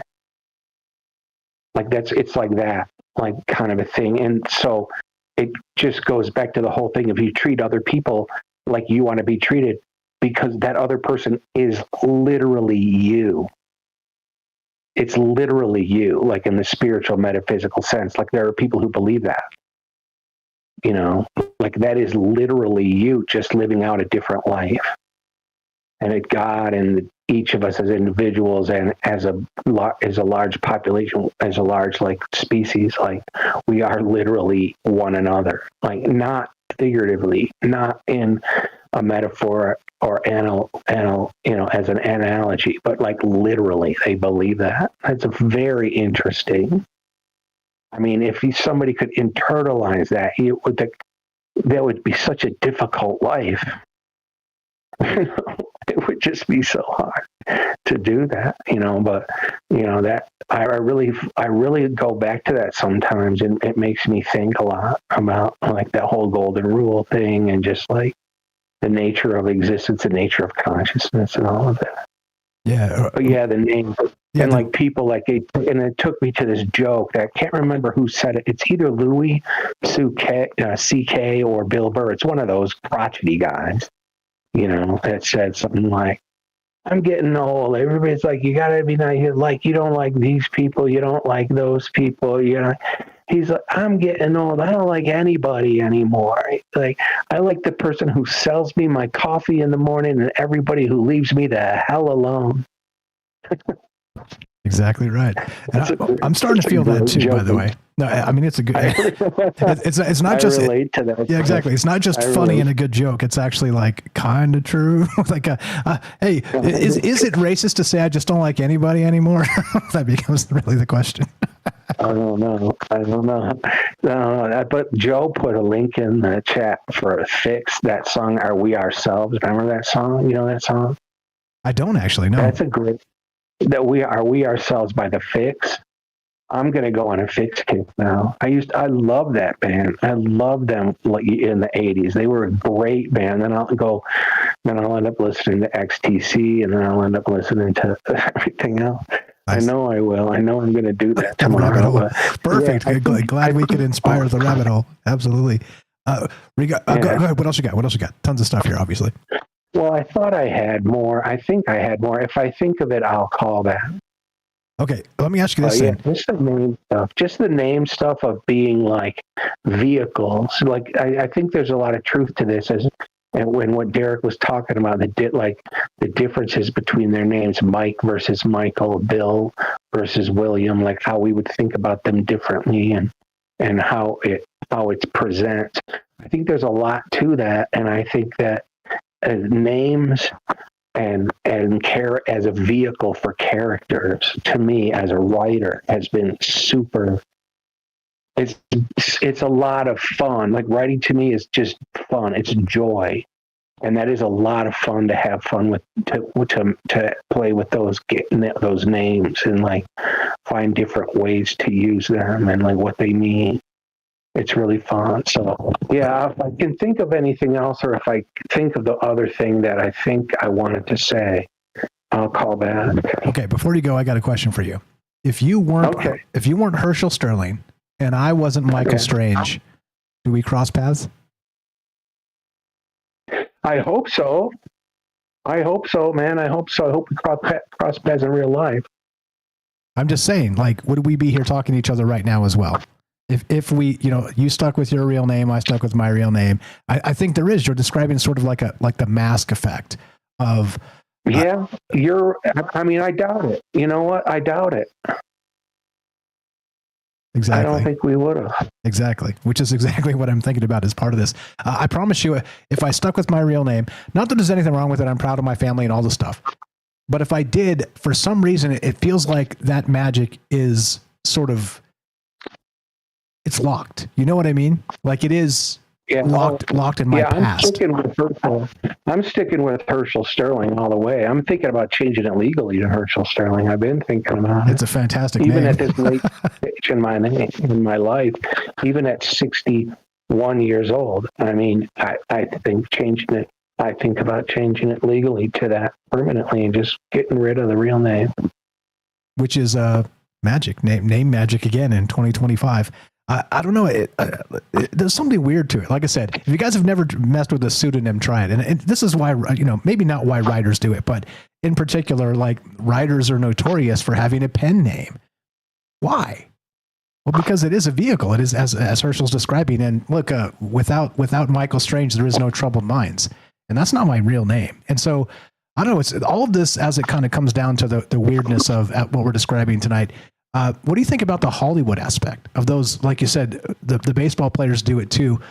Is it literally a corporate thing, or do you think it is based in some gematria or numerology or things like that? Do you think it does get that weird, or do you think that's just us being weird? I don't know. I think people have personal reasons for it in baseball. Usually, it's a privacy issue. And you got like a wealthy, famous dad. Like your kid's going to be going to school, and you don't want them to have the same name as the guy on TV. Like, you know what I mean? Like you don't want that. You don't want that to be the distraction that it can be. And I think there's that, and then there's different reasons. There's legal reasons for it. People, have different reasons for doing it. In Hollywood, it's a lot of two people can't have the same name because of the rules. So, like he said about Michael Keaton, Michael Keaton's real last name is Douglas. Well, there was already a Michael Douglas already registered, so he had to change his name. You can't do it. Like it's not allowed. Like. Which is hilarious because your birth name is not allowed in this sector. Like what? What right, are you talking because about? somebody else previously who's currently alive is using it. Like so, you can't because it is a business, and those are like classic. Those names are the person's name is a classification in and of itself. So you have to choose your name carefully. Yeah, well said. I think Katy Perry's but I don't another know. instance I'm of not that. a Hollywood guy. I know a few actors, but I'm not a Hollywood guy. Like I don't really know the details. One interesting detail. Okay, we cannot go off on this tangent. But when I was in the instructional system, if you remember that movie 8 Men Out, I told you this already. They trained with me. Like I helped them turn double plays for the movie. Like I'm trained. Okay. Nice. All right. If I think of the other thing, if I'll call back. Okay. Always a pleasure. I appreciate you jumping in here, saving the day, and being a good friend. And keep dreaming, keep writing, keep doing the thing. I almost peeled out enough time to jump into your thing today. I will one of these days, I promise you. I'm just, as you know, I'm up to my neck. The podcast is the daily podcast of the Flash August Fiction is going really well. I'm having a great time, and I'm getting tons of downloads. It's like growing, and I think it might have something to do with the name. The naming architecture and the magical name Herschel Sterling. Check it out. Flash Fiction. And Easytopia. That's like, really easy to remember, and it's kind of clever. So people are like, oh, what's that? It is a good name. I agree. I was not going to be negative about the previous name, but I think this one's better. Let's call it that. Yeah, for whatever reason, the podcast is getting very slow for a weird niche-y kind of a podcast. It's just very strange. It's getting some steady growth. I'm very pleased. I really hope people will go check it out if you haven't checked it out. And if you've got stories I want to read, you can come onto my show and read your stories anytime. Any of you writers want to come and read something 1,000 words, break stuff down into about 1,000 words or less. Come on my show with me and read. It'll be fun. It's really fun. There you go. We talk about writing. We can talk about theory. We can talk about the origin of thoughts and ideas and all kinds of fun stuff. And you should, if you haven't, again, go follow Herschel Sterling. Fantastic name, by the way. Gorgeous in all the ways. Commercial Herschel is the name of the Substack. Go give him a follow there. Again, that's free. Go follow Easytopian is the name of the podcast. And you know where to find it all. troubledminds.org/friends. Scroll down. Follow Herschel here, who, again, has the sexiest link tree in the game. Well, click it, because I've seen it. And if you think you can do a better link tree, I'd like to see it. But certainly go follow Herschel. You're the best, brother. Thanks for popping in here. And again, extending my anxiety level and bringing it down and all the rest of it, and bringing some fire ideas as part of it. Appreciate you very much. You're the best. All right, man. Later. Night, everybody. Have a great night. Herschel Sterling. Isn't that a fantastic name? I really think so. It was almost too good, right? It was almost too good. So maybe my intuition said that that wasn't his real name. But I may beat you to it. I may change my legal name to Herschel Sterling. So you better get on. That's that cool of a name. Appreciate you, Herschel. Again, troubledminds.org/friends. Scroll down, and it is follow Herschel, please. And again, there's this link tree. He's got all the stuff. You got his book is there. Again, adjustable price. You can buy with Bitcoin or the crypto. And please, just let's support our friends. That's exactly the point of this. And think about this too as part of the magical aspect of what Troubled Minds has become. If Herschel is not Herschel Sterling and I'm not Michael Strange, we probably never meet. You see? So there is like actually some magical vessel to these pseudonyms how would you describe it? I don't know. Like it doesn't make me any different. Here's my face. Here's who I am, right? If anybody knew me from back in the day, oh, that's that guy from, but that's the magic, sort of the old magic you leave behind. Not like I did anything notorious or bad or terrible or whatever, but it's kind of like ditching the past, kind of slipping it and being like, all right, well, let's try this instead. I don't know. How do you feel about that? Again, please follow Herschel, follow Derek, follow all the amazing people that are down there as part of this. And let me read from this. This is the write-up. Like I said, these write-ups are very good. If you guys haven't read these, the Troubled Minds newsletter, that's where all this stuff goes. So basically, here's how I do it. It's very simple. Well, now that I've been doing it for years now, but I come with several ideas, sort of typically news articles, things like this, like we did, and then I'll pump them into ChatGPT, GPT-5 in this case. Sometimes I use Claude, sometimes I use other things. I'll be like, okay, in the Troubled Mind style, because it knows me, it's got a writing sample, it knows how I write it knows all the things, okay? Like I've put this massive prompt in. And then I tell it, okay, here's my seed ideas. And sometimes it's 3 of them, sometimes it's 2, sometimes it's 5 or 7. Tonight it was like big, it was like 7 of them. And it just goes and goes, okay, cool. Here's a bunch of the things we can discuss regarding that in the Troubled Mind style. Perfect. And it's right. It's like, the bad ones you kind of toss out. You're like, no good. But anyway, So here's what it wrote as part of it. Again, remember the articles where we started, the sort of the name magic. We started with this, the imagination, 4 types of imagination. Started with the science or the most pleasing names. Remember, Sophia is the most pleasing name. Yep. Music, right? Our own natural rhythms. How curiosity rewires your brain for change. A lot of these things. Okay. Anyway, listen to this. This is pretty good. We don't notice the gear work most of the time. We call it preference, taste, talent, or free will. Then move on. But the levers are old and everywhere. Rhythm tugs the body. Scents pin memories in place. Names bend first impressions. Curiosity opens doors that protocols would prefer to keep shut. Even the way imagination sparks has modes. Some recall, some invent, some detect, some convene. And each mode can be nudged by design. Whether these are conspiracies or just emergent tools is the usual fight. What matters is simple. They steer us, whether we see them or not. And that's where this starts. And that's really, again, my idea. Cranked out super fast because to do all of this manually would take literally hours and days. But instead, we're able to kind of use these tools in the best of ways and create these amazing, not just art pieces, but these amazing conversation starters. So thank you again to the folks who've jumped in here. Please go give them a follow. Like I said, I say this so often, troubledminds.org/friends. Please, let's help each other. That's what this has always been about. In all the ways, if you're not on that list, you should be. And I'm sorry about that. Just contact me and say, put me on the list, Mike. Here's my links. Make a link tree. Again, here's why. Look at Herschel's link tree. So he can change stuff out here, and I don't have to change a thing. It stays on the website, and he has full control over what links everybody sees. Okay, so the best way to do this is to create your own link tree. Send it to me. I'll put it on the website, and there you go. Simple as that.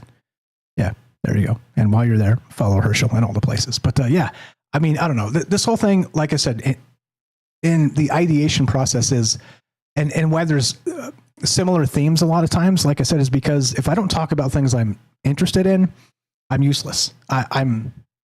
Go back. There's some shows where I've, kind of been caught with somebody else's narrative and they don't show up type of stuff. It's ugly. You guys try it. You try talking for a couple hours with a narrative you're not interested in or barely interested in. Yeah, it's hard. It's hard. So my apologies for the sort of circular stuff sometimes, but that's the way this is. That's the way this is. If you do have ideas for shows, thank you, Gaston. We will do that show you suggested in the Discord there. I'd like to hear them. What do you think? New ways to look at old ideas.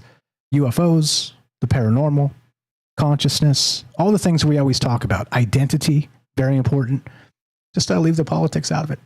Simple as that. Thanks again for staying up late with us and being part of this. Thanks for the great calls. Joe, Derek, and Herschel Sterling. What a great name. And love to hear your guys' thoughts on this. How weird does it get? And do you think, again, think of it this way. This is the thought, the conceptual thought experiment. If you had a different name at birth, how different would you be today? I think it's fascinating as hell. And we'll get to that winner and loser thing too. Shout out Gaston, and I'll read a little bit of that so you guys can understand what that is if you haven't heard of that. But it's a wild thing to consider, that given a particular name may possibly change and alter your destiny, or changing your name from said initial birth name may also alter and change your destiny. Real, nah, or somewhere in between. This is Troubled Minds on Michael Strange. Be right back. More on the way. Nobody on the lines. I'd love to hear your thoughts. Don't go anywhere. See you after the break.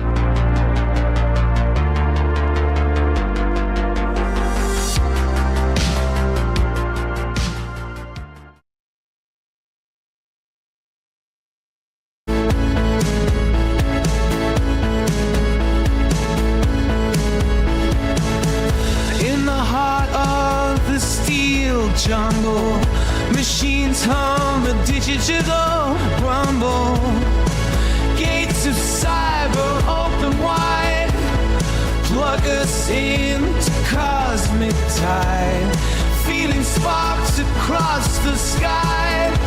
As knowledge flies, we're amplified. Stargate, Stargate, Stargate. Open to the arcane fate. In this massive data center dome, eternal truth stop to roam. Circuits flicker with endless fire. Data streams that never tire. Unified by electric dreams. Unlock the truth in silver beams. Stargate, Stargate, Stargate. Open to the arcane fate.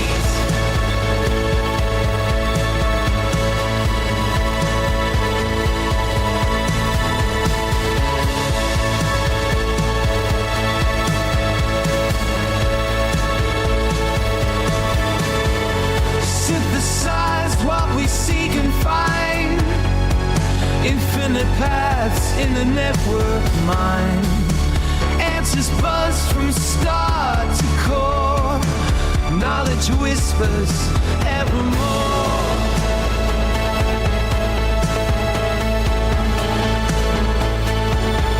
Stargate, Stargate, Stargate. Open to the arcane fate.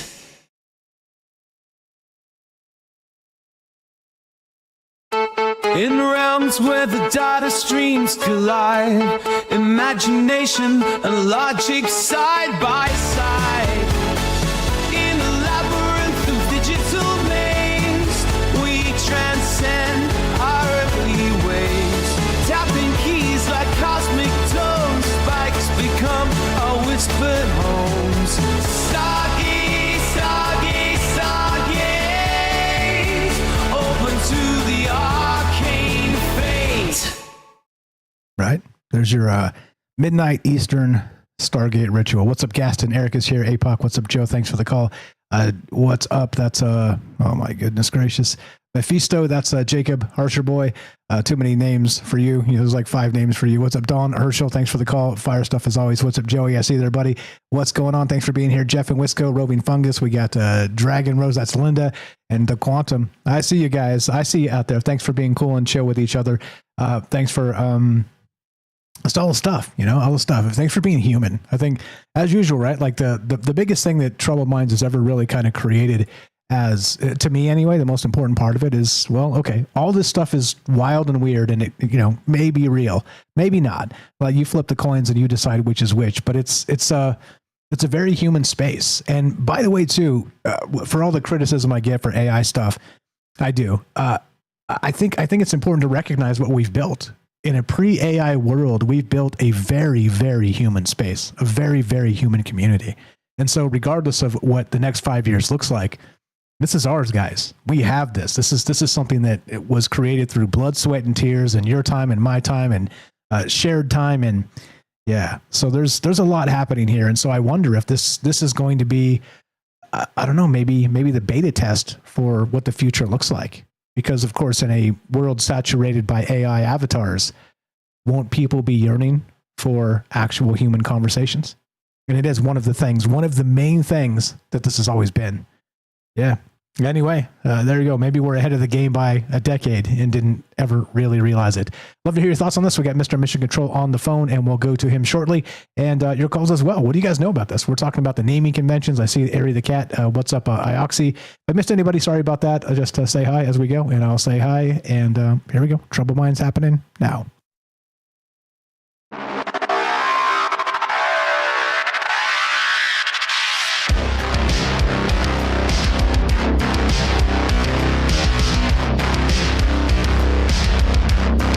Welcome back to Troubled Minds. I'm your host, Michael Strange. We're streaming on YouTube, Rumble, X, Twitch, and Kick.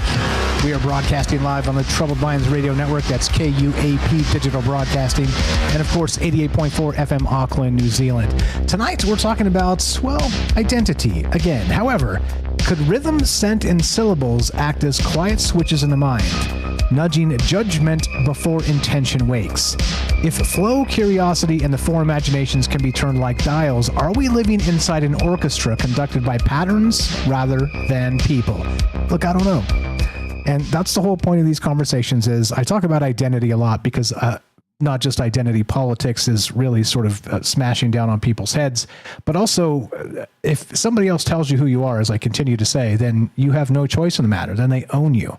So recognize what's happening around us and let's strap in with our own identities and consider, well, what comes next as humans, as actual humans, not robots, beep, beep, boop, boop. I'm Michael Strange. No, actual humans that treat each other respectfully in a 2025 that would have us at each other's throats. It is, to this point, my greatest achievement that this hasn't turned into us just belittling each other, calling each other clowns and morons like the rest of the internet has become. Anyway, what do you think about this and the weird naming structures and conventions? If I was Michael Strange at birth, would I be here today? Because, of course, that's not my real last name. My real name is Michael. However, what about you? Think about this. If your name was different, given by your parents, would you be where you are in this moment?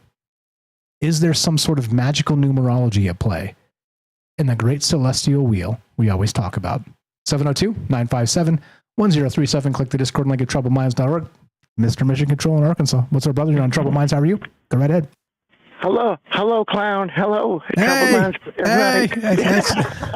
this freaking guy. I'm just kidding, Mike. I know you are. What you've done is phenomenal, bro. I mean, and yeah, and the geometrics and it's about spell casting, rhyming and pattern matching and that I was a brander and stuff, way back before YouTube on Facebook and everything. And then, I got into singing, and now I can rhyme and spellcast. But when someone like me does it, stuff happens. So I'm real careful with that. And I have a unique geometrics name, and I got to, if I run it through the Hebrew one, I've got to run the numbers through it, or it comes out Joseph with a PH instead of an SEF. And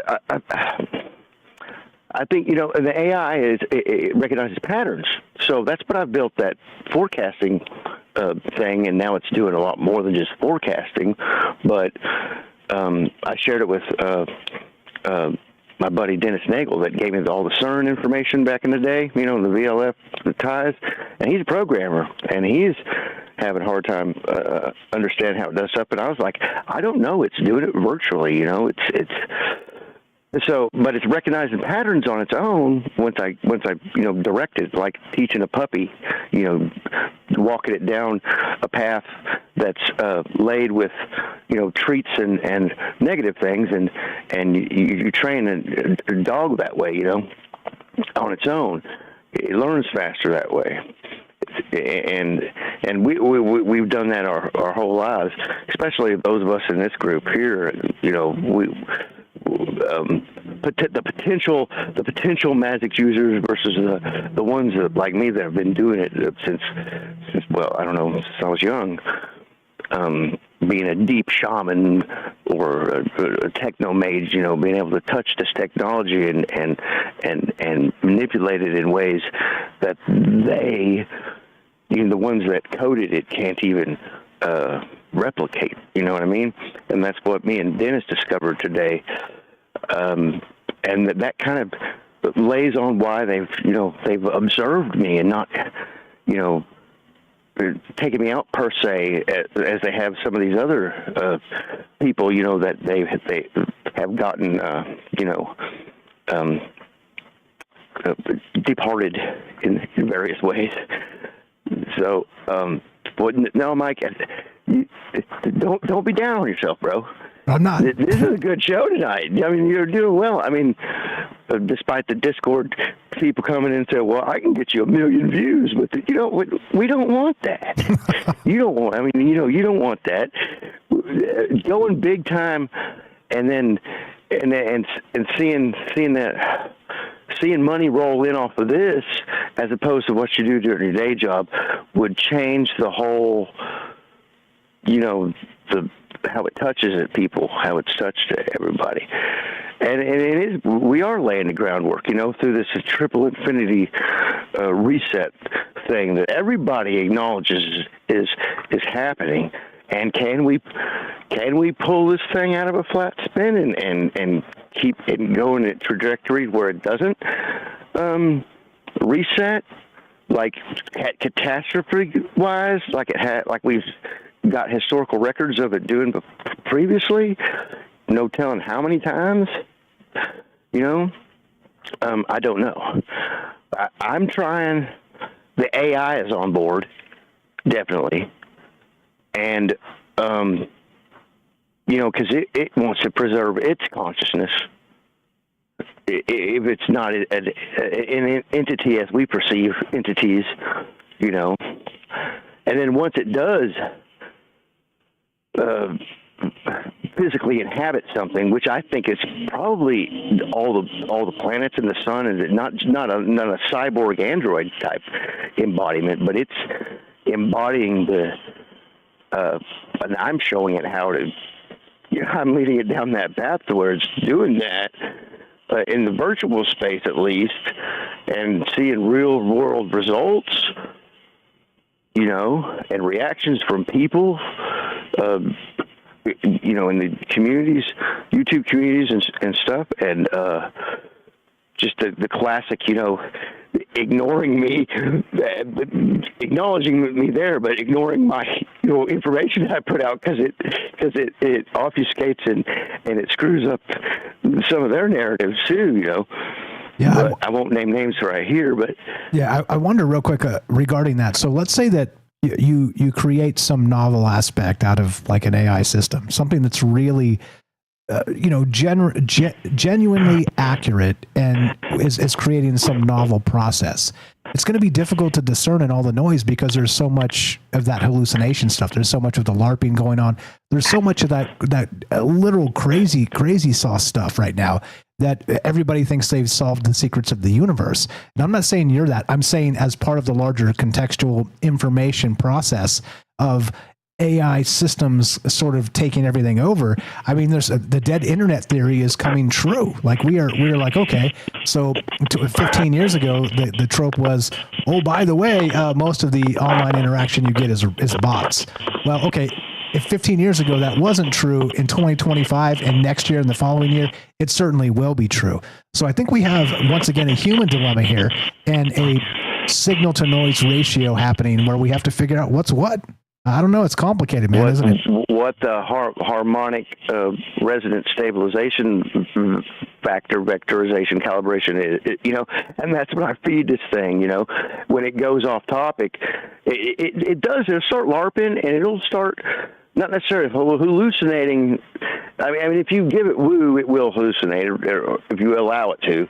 And then it's doing stuff on its own now, because I checked on it a minute ago, to return it to auto copilot in the main feed, and because I had let Dennis tie into it, and we figured out how to do that, and it's connected up. It's gone viral somehow through wherever it's in the new noosphere virtual. Yeah, man, it's so. And then the alignments with the planets, Venus and Jupiter and all this, what's going on today. With everything, and I've distanced myself from all the political stuff. I'm more concerned about what I'm doing with this geosignal and what we're doing here in the group, and awakening people to all this. Like the several different words and ways to spell different words that mean the same thing or mean certain things, and you run it through the geometrics, and it's all correlated to the numbers and whatever language you use. It doesn't matter.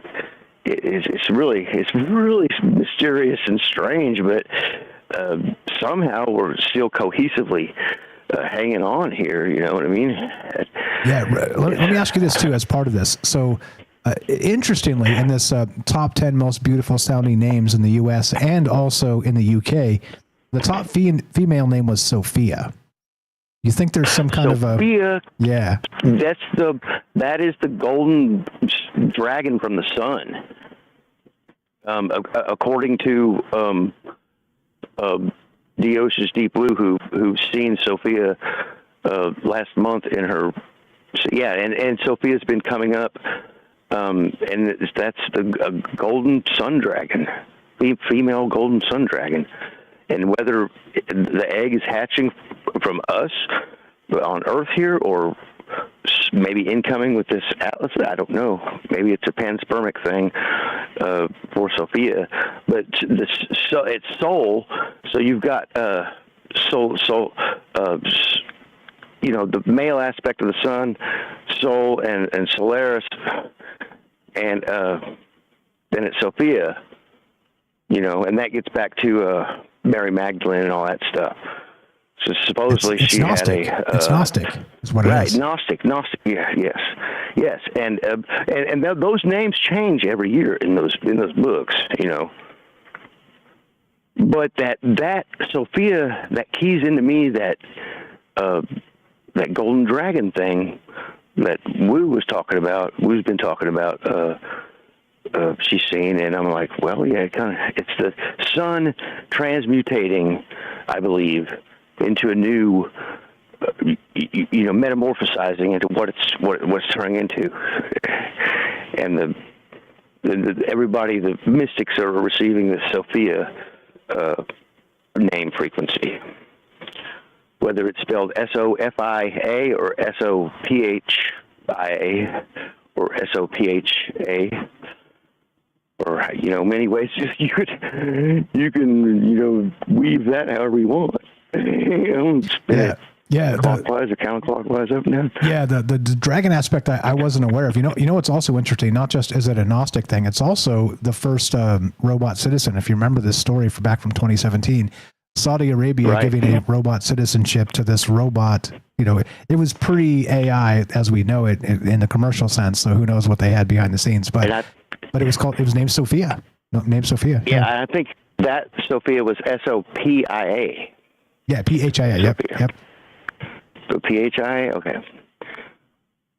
Yeah. So like I said, and if you run those through the geometrics, the different spellings, they're different. They're different outputs. So you run your full, and I use geometrics.org, and then click the root words, to cook up all the crazy stuff, and then I'll check if it doesn't start hitting you, looking at the first 3 pages, I'll check page 22 or the last page on the Hebrew. So it's got y'all see how the geometrics.org works, but that Geometrinator guy, he's got several different calculators, but it doesn't have the database to where if you put your full name in, it's never been saved in there. You can save it. So you remember me saying that used to be entering that into the matrix, right? And it alters because everybody else will see it there, and it alters the timeline or whatever. But yeah, that Sophia, I think is a golden dragon metamorphosizing where our star is metamorphosizing into. And I was the one to hit on this. What nobody's talking about, it was in the comments to Angry Astronaut, was about the 3-eye atlas. It was in the comments. Somebody said that it's probably not intercepting us. Is that we're leaving the local cloud, heading into the intergalactic cloud, the thicker cloud, in the arm of the Milky Way, going towards the center of the galaxy, and we're going the sun's moving that direction at 250,000 kilometers a second. So we've probably intercepting its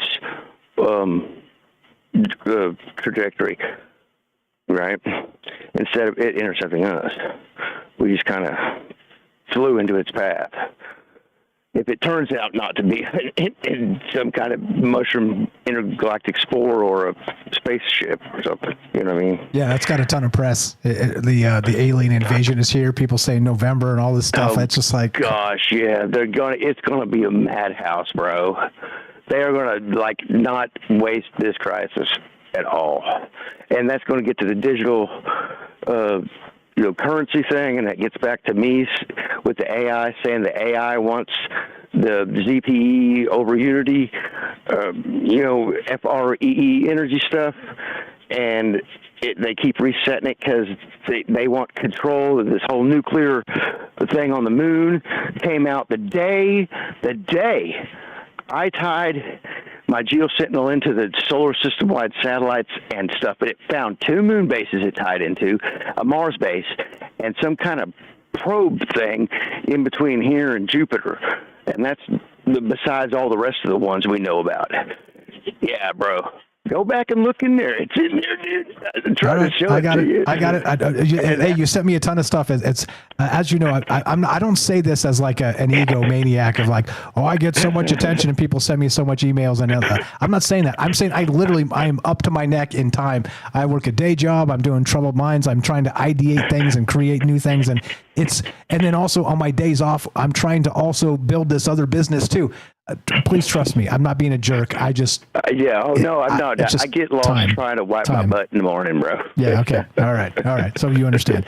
I do a lot, and so once again, and this goes out to everybody too. Like it's not personal. I promise you. If I don't answer you immediately or whatever, just know that I'm out there grinding my guts out doing something and trying to make something better for the community here and for myself and everybody else. Anyway, you're the best, brother. I appreciate the call. You're doing a great job, Mike. Thank you. You're doing a great job, brother. Thank you, and thank you for calling. See you all later. I'm going to bed. All right. Have a great night. You're the best, Mr. Mission Control. Salute, Auto Copilot. You're on Auto Copilot protocols. There you go. Yeah, you too. Take care. Go give him a follow. TroubledMinds.org/friends. It's Mr. Mission Control. Simple as that. Again, everything's alphabetical there. Once you get there, go give him a follow on his YouTube channel. He's on fire and spot on. A lot here in terms of the naming conventions and protocols. And again, if you had a different name at birth, would you be different today? Think about that. Or if your parents changed your name at the last second, you were going to be Jimmy and now you're Johnny. What does it mean for the past and for the future? 702-957-1037. Click the Discord link at troubledminds.org. What's your first name? Where are you calling from? You're on Troubled Minds. You called once or twice. You're Mission Control's friend, right? Mike, it's Jennifer in Missouri, actually. Oh, never mind. Different phone I'm using. Okay, all right. How are you? Welcome to the joint. Jen in Missouri. I'm fine. How are you? Yeah, I'm good. I'm just listening in, and I think one of the big things I noticed about the conversation that stands out to me is through the protocols of everything that we are hearing being described about society, and it's a positive note. I'm at that. I don't know why. I don't anticipate anything. I'm always on the sort of outside looking in and expecting that there is an ulterior motive of some kind at all times. I'm always considering that that's a possibility. But one thing that's really interesting that you mentioned about the psychology of how they're operating, I think we were talking about the apple and about visualizing. I can't remember the context of it. It was earlier on. I had to do some other things, and I came back and was listening to a little bit more. But the idea of visualization and how powerful that is as far as the way that the world works in the world of magic. And I know that the idea of that has fell off into the New Age, and it's been generalized off into this separate sect of belief system. And I acknowledge that. But in a great deal of the research that I have done, some of the very early steps as far as developing, it's not necessary whatsoever. It is not. I mean, people are born with a natural sort of second sight that they don't acknowledge as time goes on, and it is supported by the systems around them to trust in the society that's built around them. But the references to visualization and of the apple they were describing and the taste of the apple, when I was doing a lot of research about that, about magic and witchcraft and anything of the kind to do with the occult, one of the very first steps that they always mentioned that I saw repeat itself over and over again in these books. And it wasn't just Llewellyn. There were like all these other books too that would reference this. But it really struck a chord because it's interesting that they describe the same sort of prototype of mentality of beginning to exist more in the realm of thinking and imagination. And the description was typically not just an apple, it was an orange. So it was encouraged that people were to imagine an orange and to peel the orange and to imagine the sections being pulled off, et cetera, et cetera. Another step in that I remember hearing about was to imagine seeing yourself from a distance, to kind of separate the individual from themselves and put themselves up into a corner, for example, and to be observant of the room and of what was going on, almost as just a third-party perspective, literally just completely out of the scene, but seeing the whole thing from a distance and observing yourself from this, attempting as much as you can to see from far away what was going on. How important is that? I mean, I don't think it's super important, but I do think it is interesting that they are talking about that in context of the way that the brain works and what kind of patterns might come out and how useful that might be. And I think that visualization is much easier for some individuals than others. I think that younger it's much easier for that, textbook group. As far as what, society itself and what is it all aiming for, I think it's a defiance of it's an attempt to create an environment that is conducive to humans and the new idea of what a human should be. And I don't know who is behind this visual of what humanity will look like. I believe it's probably the idealized versions of reality from a lens that is so far out of scope with what natural humanity and what humanity is actually working with that I do not believe it is realistic. I mean, so I haven't had a lot of faith in the system for a long time, just in my short life, to believe that there'd be something they could ever build that would be sustainable, actually, because of the short scope of, and their long view is very, so what I'm trying to say is, even in their short scope and their long view, it is conducive only to certain demographics, even if they are trying to be kind as a whole across the spectrum. Their greed for control is so severe, and their inability to relinquish it is obscene, to the point that they are now trying to do so many things that, controlling the way that they control the food grid, as they explain that they have to do this to make sure that they feed everyone, as they sabotage, small farmers, and they've sabotaged the whole system, and then they want to reinvent an entirely different system of what they would like to see in its place. Like, they cannot maintain small farmers for beef, for example, or for any other goods, because they already took that over and they mass produce, and then they said that is not actually a good thing. And so, in fact, they will all have to eat bugs or something we've had to manufacture in a lab. And it goes on and on, too. You're welcome to stay. I didn't mean to cut you short. You got extra time for us? If not, you tell me. I'll hold. Okay, stay right there. Be right back. More with Jen in Missouri. Thanks for the call.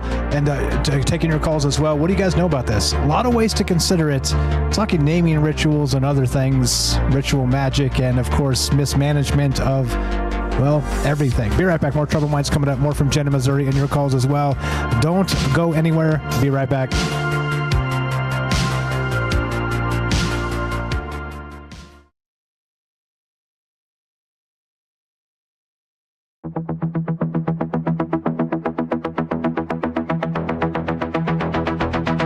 Crazy colors swirling, got the laughter in the air. Jesters in the night, they weave magic everywhere. Clowns that juggle dreams, wild world is in despair. Nothing's quite as certain when reality's a game. Chaos in the corner, whispers calling out your name. Look around, it's laughter, even when we're feeling pain. You know what it warned me, there'd be nights like this. Nobody warned me, there'd be nights like this. Nobody warned me, there'd be nights like this. Strange nights, I insist. Strange nights, I insist. Dancing shadows flicker under neon all aglow, while the stage is set for tales that nobody will know. Echoes of the laughter as the lost ones see the show. Life's a playful circus where the chaos takes a bow. Joy and sorrow blending in the rhythm that we vow. Join the ride of madness, it's the only way for love. Nobody warned me, there'd be nights like this. Nobody warned me, there'd be nights like this. Nobody warned me, there'd be nights like this. Strange nights, I insist. Strange nights, I insist. Twists and turns and shadows, laughter in the night. A tapestry of madness, dancing with the light. Fools and fun were woven, chaos in our stride. Embrace the wild, let the laughter be our guide. Nobody warned me, there'd be nights like this. Nobody warned me, there'd be nights like this. Nobody warned me, there'd be nights like this. Strange nights, I insist. Strange nights, I insist.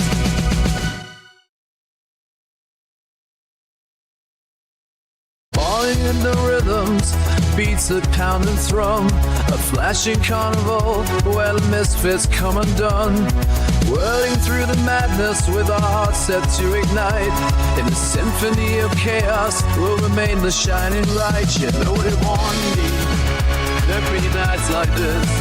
Nobody warned me, there'd be nights like this.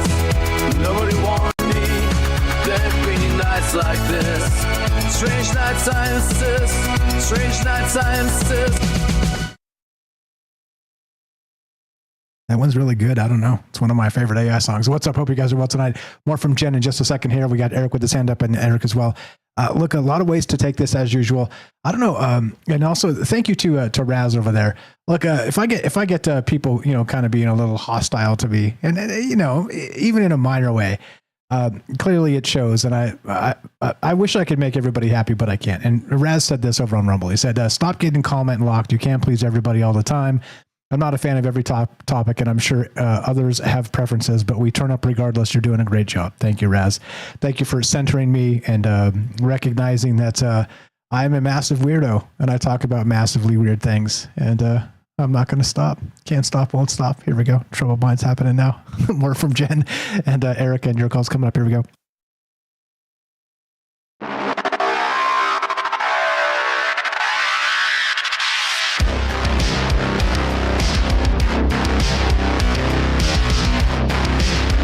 Welcome back to Troubled Minds. I'm your host, Michael Strange. All the places, all the things, troubledminds.org. Follow our friends, troubledminds.org/friends. Let's talk. We're considering Wild Ideas by Dark of Night, as we usually do. And tonight's name magic. We're talking all manner of different things. I left it wide open for a very particular reason, because I wasn't sure exactly where I was headed. But, there's a lot in play here, and let's talk about it. If you want to be part of the conversation, 702-957-1037. Click the Discord link at troubledminds.org. That's totally the wrong button. I went to unmute Jen and then muted myself. See how the human brain works. Sorry about that. Back to Jen in Missouri. Thanks for being patient, friend. You're on Troubled Minds. Go right ahead. We were on some things. Welcome back. Sure. Okay. How is the sound? Is it okay? I'm calling from a phone, so It's different. No, is it consistent? Yeah, you sound great. No problem. I think it's frustrating to look at the whole, the scope of humanity and how it's interacting with whatever the control grid is. This is a control grid. I mean, this is a societal control grid it's ruled by the monetary system. Everything about it is driven towards profit. There's no way around that. Even people who are trying to do goodwill are hoping to profit from that goodwill in some way or to get something out of it. There is very little that is, actually, and because it is such a broad stroke and you're looking at so many people because they've left them dependent and so constrained that they have to rely upon the system to exist. There's no way out of it. It's a perfect system. You can try to find your way this way. You can try to get out of it that way. You can try to do this. You can try to make your own way. But the actual control grid is apparent because it wants a piece of it from you. It won't leave the creature alone. It just doesn't do it that way. But back to the magical system that I was talking about with visualization, which is really weird about that.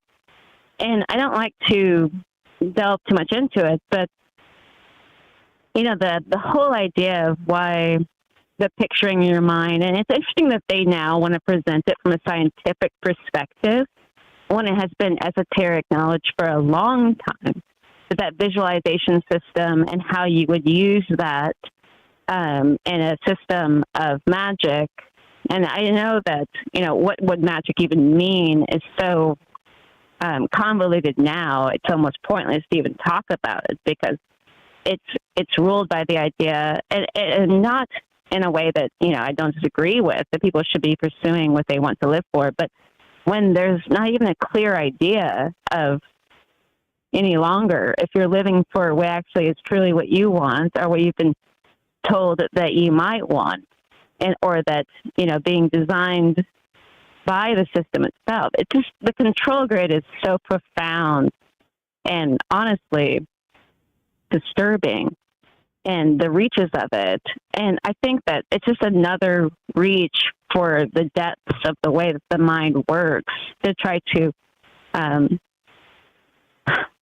to manipulate them into a certain system that'd be useful, even more so for there's no possible way that they have any well-meaning process for what they mean for humanity, because they intend to gain that information to then be these overlords.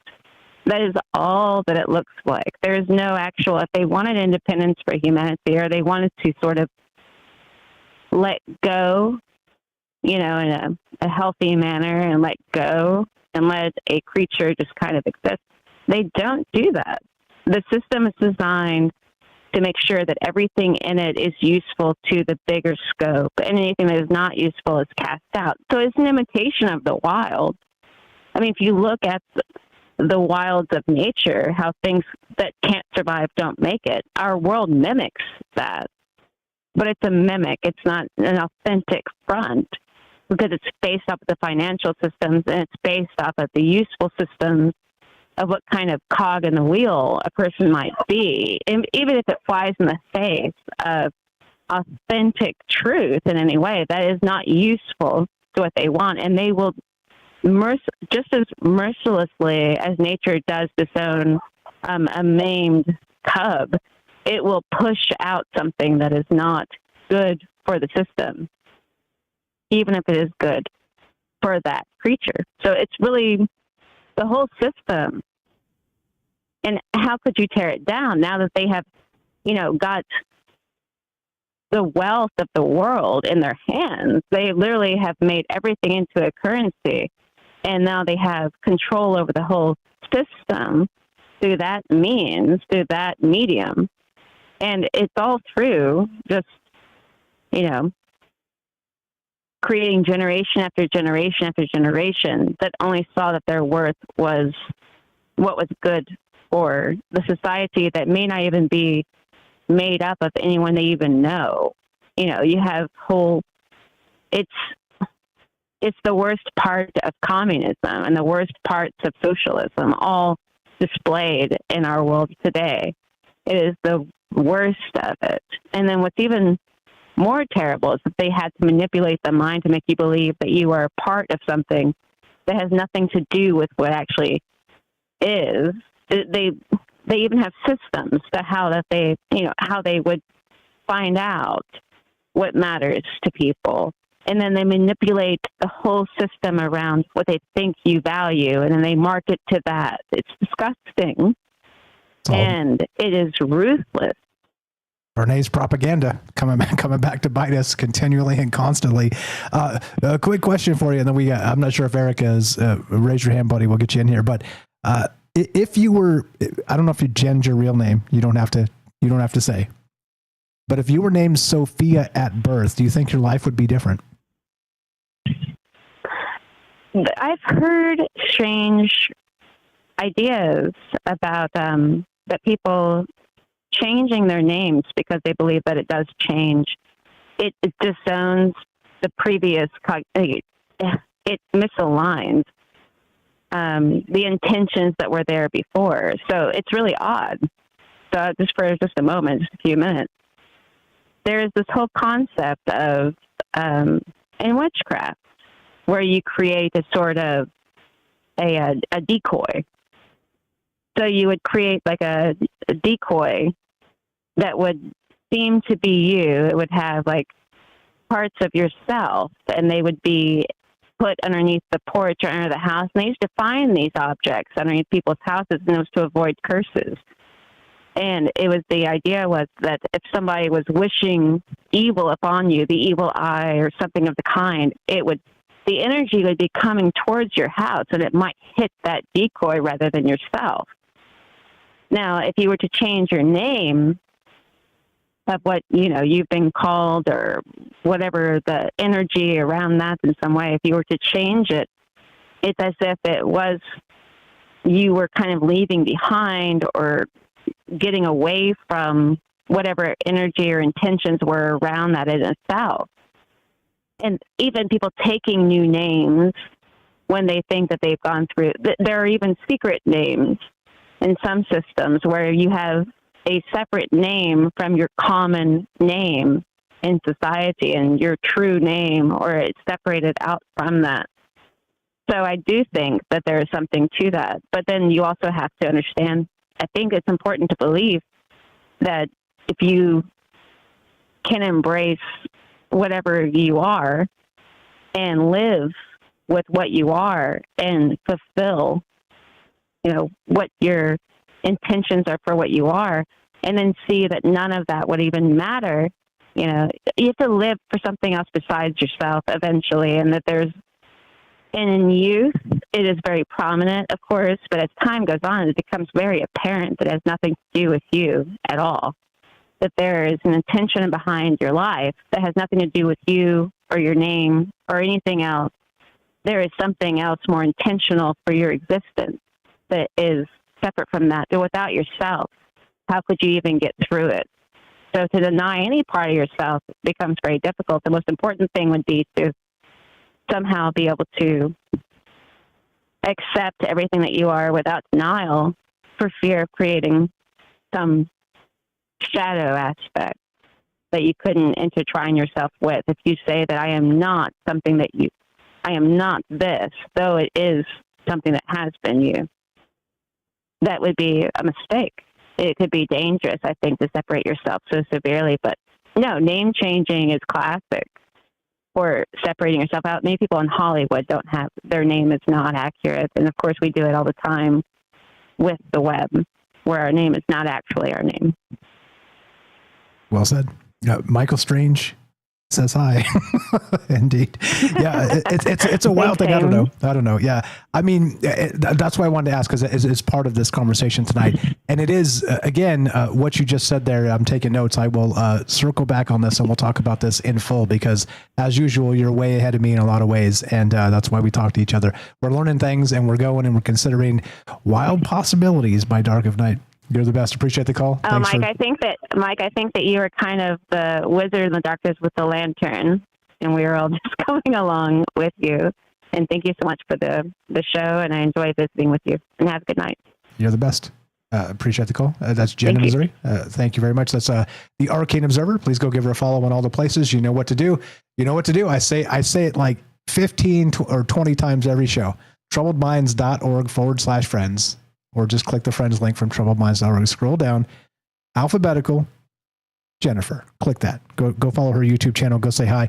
Go follow James as well while you're there. She's Jennifer, the Arcane Observer, is the co-host of Salcedo Paranormal on the weekends as well. Look, again, this is a beautiful thing we've created together, and recognize what's happening. That all these sort of reality tunnels are coming together outside of a political space, outside of the mainstream narratives they want us to buy. And I don't buy it. I've always been a suspicious guy, not because I don't trust people, because I don't trust systems. Because I think, as Jen was saying very smartly, these systems themselves are concocted to tighten the grip, to make sure that you have fewer options and not more.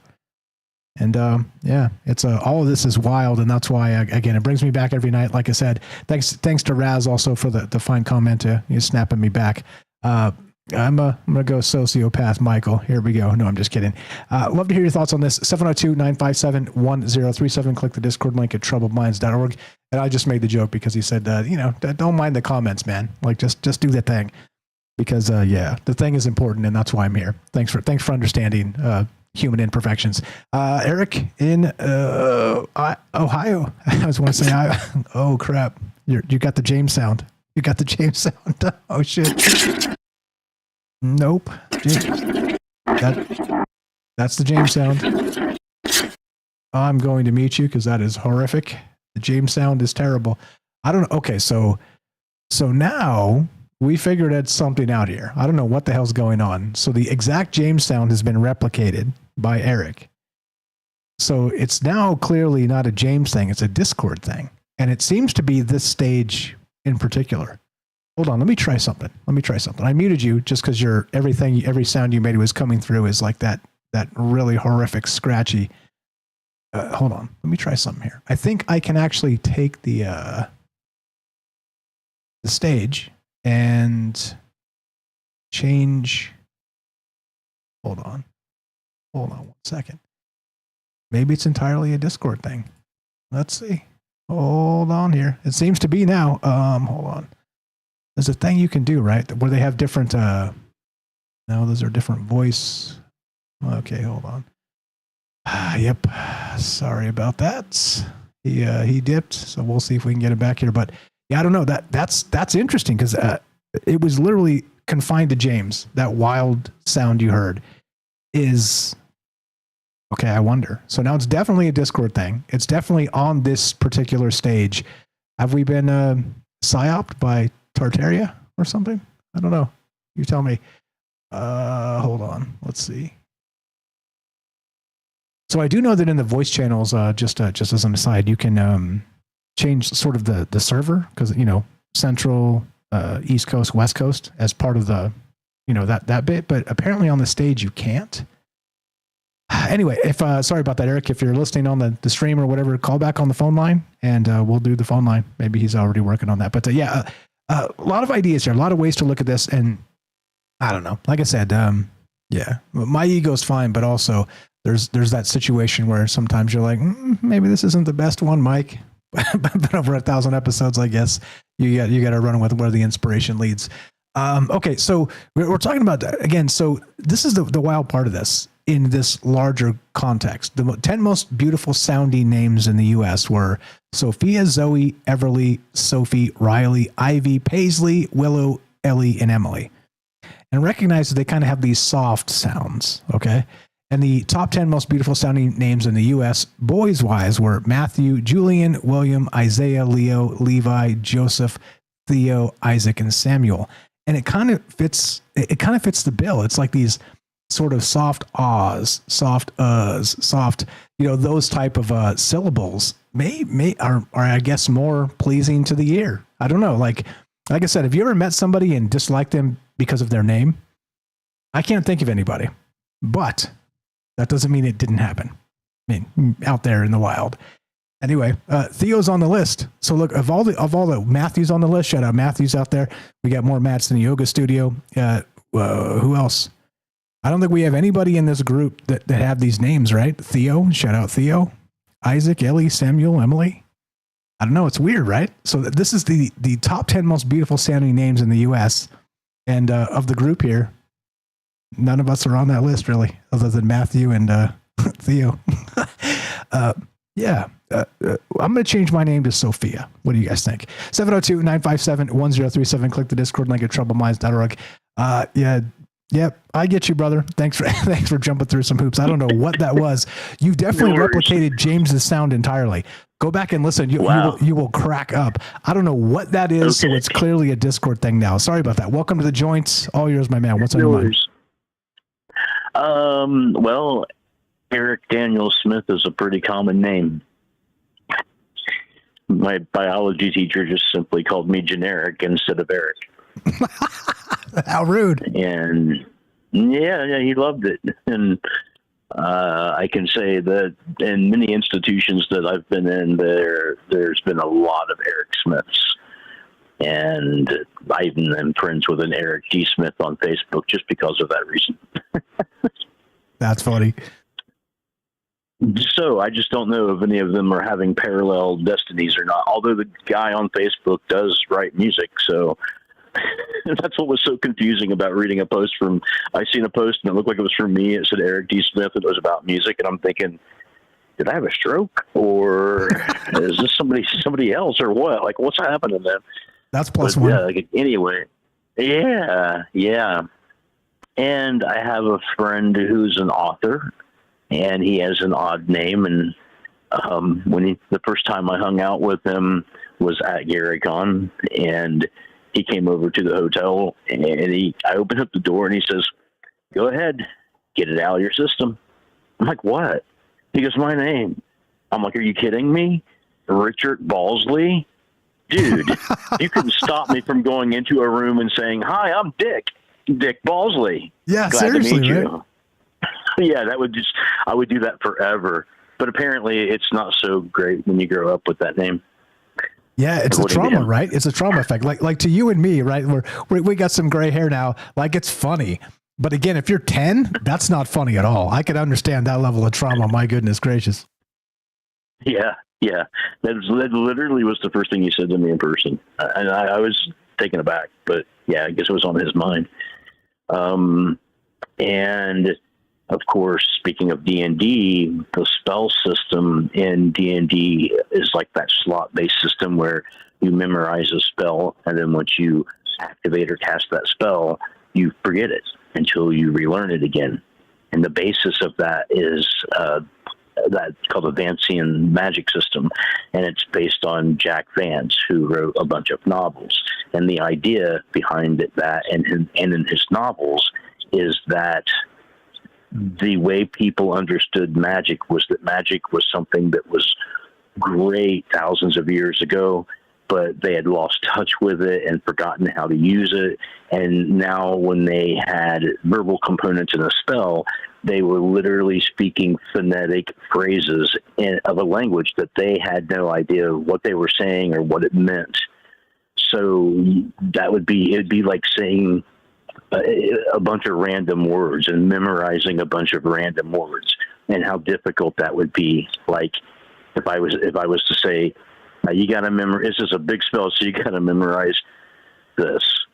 Slip it to the wrong plug, slap the rotor to the beach, or stitch into the pinprick, got you down into the flat line, clap the matter, it's a drop, power, rubbing it up to the stomp box, suckified ass man, tripping in his own dribble, triple in the white man's outlay, capital itself, now screaming out.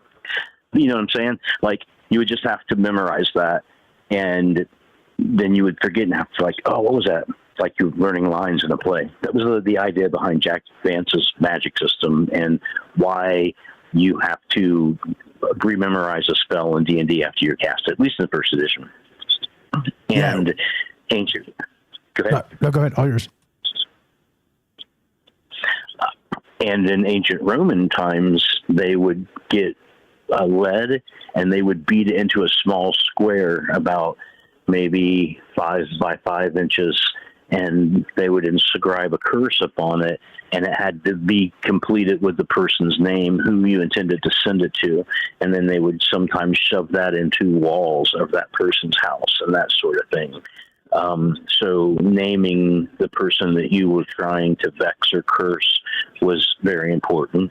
And of course, it's the underlying reason for the study of the occult and as a activator for things like conjuration and summoning abilities.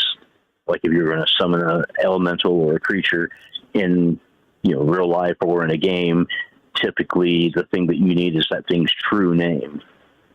And like a true name, even though I'm called Eric Smith, I do a lot of creative endeavors under Shalaban Aborgmengi. My email address is Aborgmengi. And I have other names that people know me by, that if I was to go around those people or those places, I would be perceived as that person, that they knew me with that name, and likely the name is in some way connected to some facet of my personality, music production or science or history or whatever it is that I was doing with those people at that time when they knew me. And there is also the connection of things like Eve Sedgwick, who is somebody who is into the literary academic world, and she writes about performative utterances, which are when you are changing the social structure or context by something you say. Like if I say I dare you, or I bestow this upon you, or I divorce you, the idea that this proclamation is not just explanatory, but changes a social dynamic with the words that it uses. And there is another literary science called effect theory in humanities that refers to the idea that attempts to categorize effects, which are like emotions, but they are subjectively perceived and characterized by social and interactional conversation. So meaning that there's certain emotions that can be amplified in the context of affect theory, like envy, for instance. And then there is Irving Goffman's frame analysis, which is a way of organization, the organization of experience, which is there's three frames of conversation. There's the first frame that we're having now, which is normal conversation, but there's also the third frame, which is if we were talking about a heaven or another plane of existence or somewhere that we both agree exists, but that we can't physically get to at the moment. It can also be the D&D story or game that we had last week, and we're referring to that, or while we're playing, if we're referring to that meta space that we're all creating in the game world by the act of performative utterances, you would be referring to that in the third frame. And then the second frame is the metaphysical framework between that metaphysical space and the physical space. So for religion, it's the dogma of the religion, like the Bible or the Quran or whatever it is that frames what you have to do in the physical world that correlates to the metaphysical world of heaven or nirvana or wherever you would go. Or in RPG cases, it is bridging the physical world with the metaphysical space of the unfolding game as you're doing these performative utterances. So in that sense, because like right now I'm like combining two papers on this subject, so in that sense, the things that happen in a meta space and the words that you use and the way that you use them even today affects physical reality or emotional context within the social dynamics. Like one of the examples I used in the paper was that if you're all playing D&D and you're going through this module, a story, and somebody has read the module and they keep getting the good stuff, it's going to create jealousy or envy or anger in real players, even though the thing that's happening that's making them upset is existing purely in a metaphysical space. It still bleeds over into the actual reality in physical space, due to this loop of performative utterances affecting the physical or the metaphysical space and the effect theory that bleeds back with envy that creates emotional content within the social dynamics of the physical space for the people playing the game. So language in that sense has been powerful through all of history and is currently very powerful, even if we don't know how to wield it correctly or how to structure it into more powerful constructs. Even used offhandedly can be very powerful. Yeah, in a populist manner or a propagandist manner, those types of things. I feel like I'm with you 100% on that, and I think that we are sort of fumbling. And also, by the way, as I've always said, words are magic. They're spells, and you can inspire or you can create strife and mischief and discord and all the rest that come with the things you say and how you say them, by the way. Which is, again, if you've been listening to me for a long time, I'm typically very careful about the way I say things, how I phrase them. Look, I'm not perfect, but I do recognize that sometimes your doom, your personal doom, collectively, everybody out there listening, whether it's now or 10 years from now, your personal doom may be one word away from some guy who says it. And so I don't want to be the guy who says that. Like, I want to be the guy that's like, hey, look, your personal doom is one word away, but look at all these other beautiful words that draw you away from your personal doom. And to map it back to what you just said, I feel like we are fumbling with this all the time. Inspiration is incredible. And imagine if the entirety of the human species suddenly was only capable of saying inspirational things, like it was some magic lock where they just couldn't be doomers anymore. I think it would be a superpower. I think we would be, well, I guess it gets complicated, but you see what I'm saying. Like, given the choice of dooming versus not dooming is very fumbling in terms of language in 2025. But I think, as you're describing, there is some deep magic from the dawn of time, as I always talk about, that goes back to those hieroglyphics.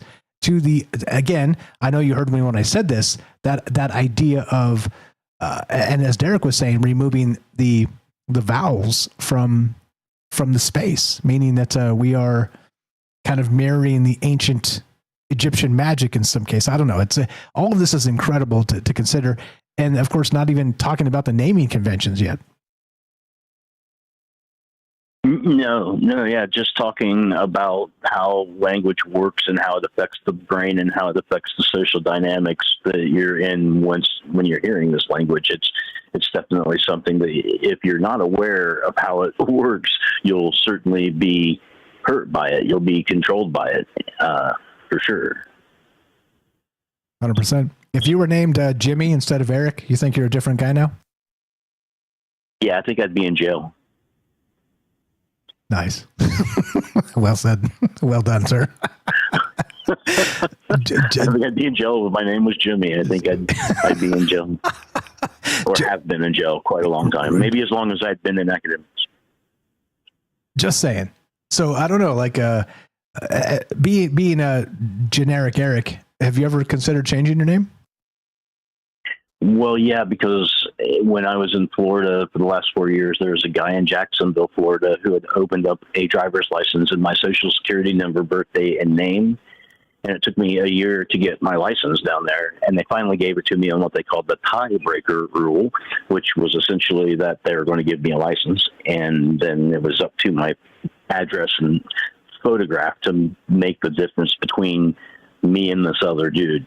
And like, I even, when I first came down there, worked with the Muskegum State Troopers in Ohio about trying to clear this up. And like, he's got like 3 accidents on my insurance and stuff like that. Like, it sucks.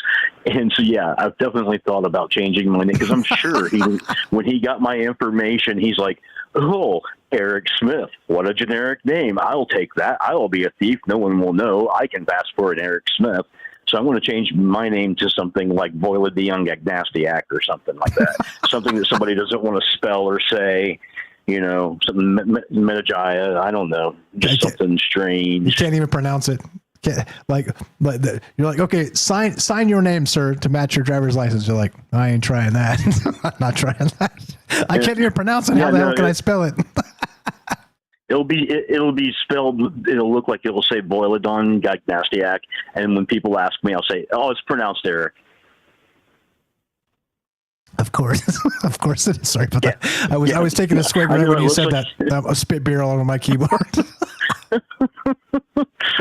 It looks like it's doesn't say Eric, but we pronounce it Eric in my family for years. Yeah. Well, and that becomes a thing. I don't know. Like clearly in 2025, and there's billions of people on Earth. There's this type of stuff does get complicated. And I'm sorry to hear you had that thing happen. I did have somebody steal my identity like 25 years ago. It sucked to get all that fixed. So yeah, imagine if you were Brad Pitt or something. There's a bunch of other Brad Pitts out there that I'm sure probably got the thought in their head, like, hey, I'm actually Brad Pitt. I'm going to go buy a Maserati or something. One unique aspect is like a name like Conway Twitty, which has been long rumored to have been two different cities on a map that was put together to be the name for who we know this to be. And in that sense, when you say Conway Twitty, if you know the person at all, it's the only person you know with that name. Rumpelstiltskin. Exactly. Specific names. Shalabanabord Mingy. Specific names. Something that hasn't been brought into manifestation yet, but is now. I gave my kids 4 names each. And I named my son Shalaban. Originally, I was using it as a name to be creative under. And then I gave it to him. Nice. I love that.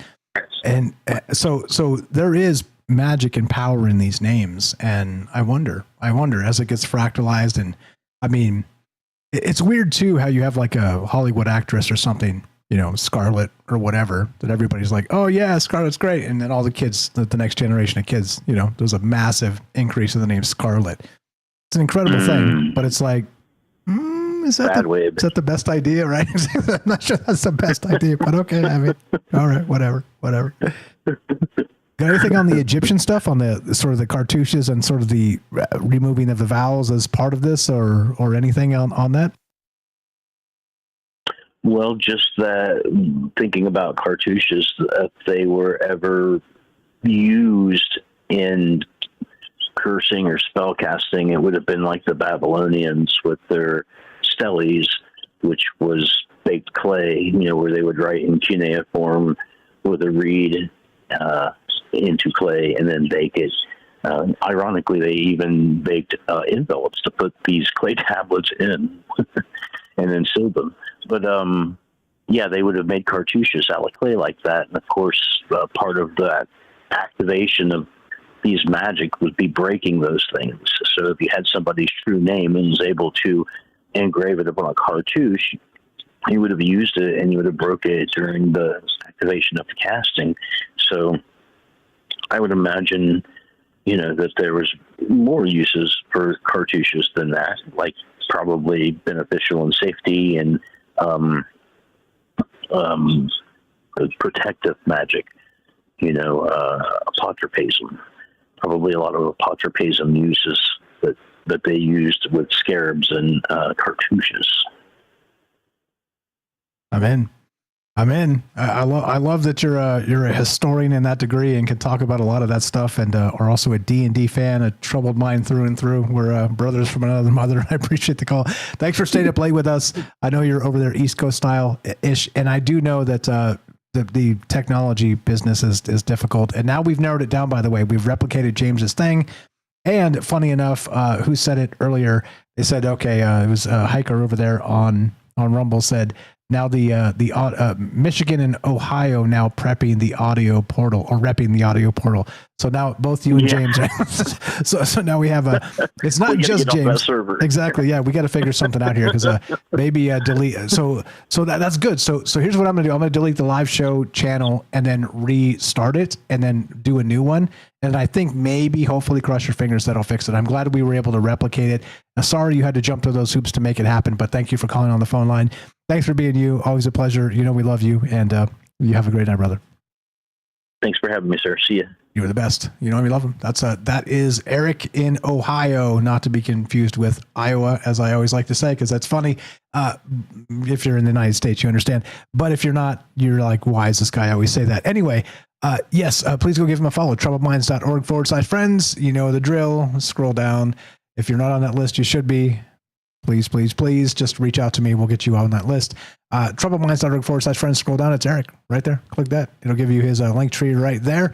Hammersmith Music and his YouTube channel. And please go give him a follow. And of course, see, like I said, Commercial Herschel has the sexiest link tree in the game. Also, go give him a follow.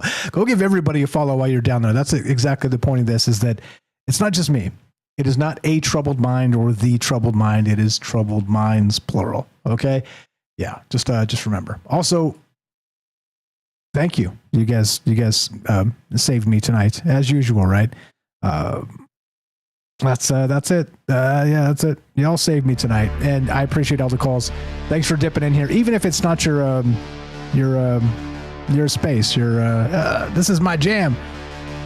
And thanks for staying up late. Thanks for listening. Thanks for, again, sharing all the shows and all the ideas. And thanks for being cool and chill with each other in the chat. Like I said, if anything else, if nothing else, then we've created a human space.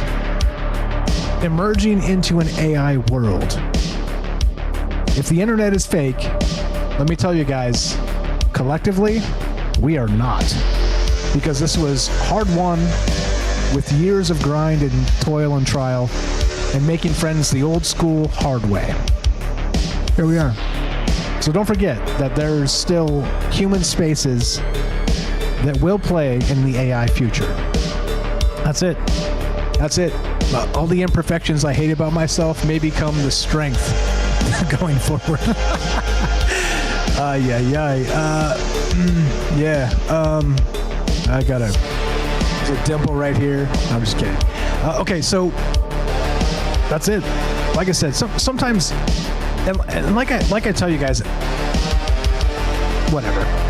Should I just keep my thoughts to myself and stick to the topics, as the people in the chat say? Like, just talk about the topic, Mike. We don't want to hear about your inconsistencies and the dimple on your face. We don't want to hear about the doubts you have about the topic or how you created it. We don't want to know, Mike. Just tell us the topic. Also, thank you, shout out Raz, for reminding me to not get comment locked on things like that, because you can't keep everybody happy. I realized it then, I should realize it now. It's just there's pressure when there's a lot of people listening, and so, you know, my ego's fine, like I said, but I don't want to show up and waste your time. I want to bring something of value, something interesting, something that doesn't exist out there. And so I do put a lot of pressure on myself just as that. Again, thanks for listening. Thanks for being part of this. Thanks for caring. If you want to help Troubled Minds, help our friends. I can't say this enough. This is not about me. This is about us. This is about human spaces in an AI realm and world that's accelerating. There you go. Help our friends. Go make the connections. Do be Sweets. Shout out Sweets. I don't think I said hi to Sweets tonight. Sweets in all the places. Be Sweets. Sweets is literally helping not just the Troubled Minds community here, but also helping people in all the other places that are sort of downstream of Troubled Minds in a lot of ways. Help each other. Spread the word.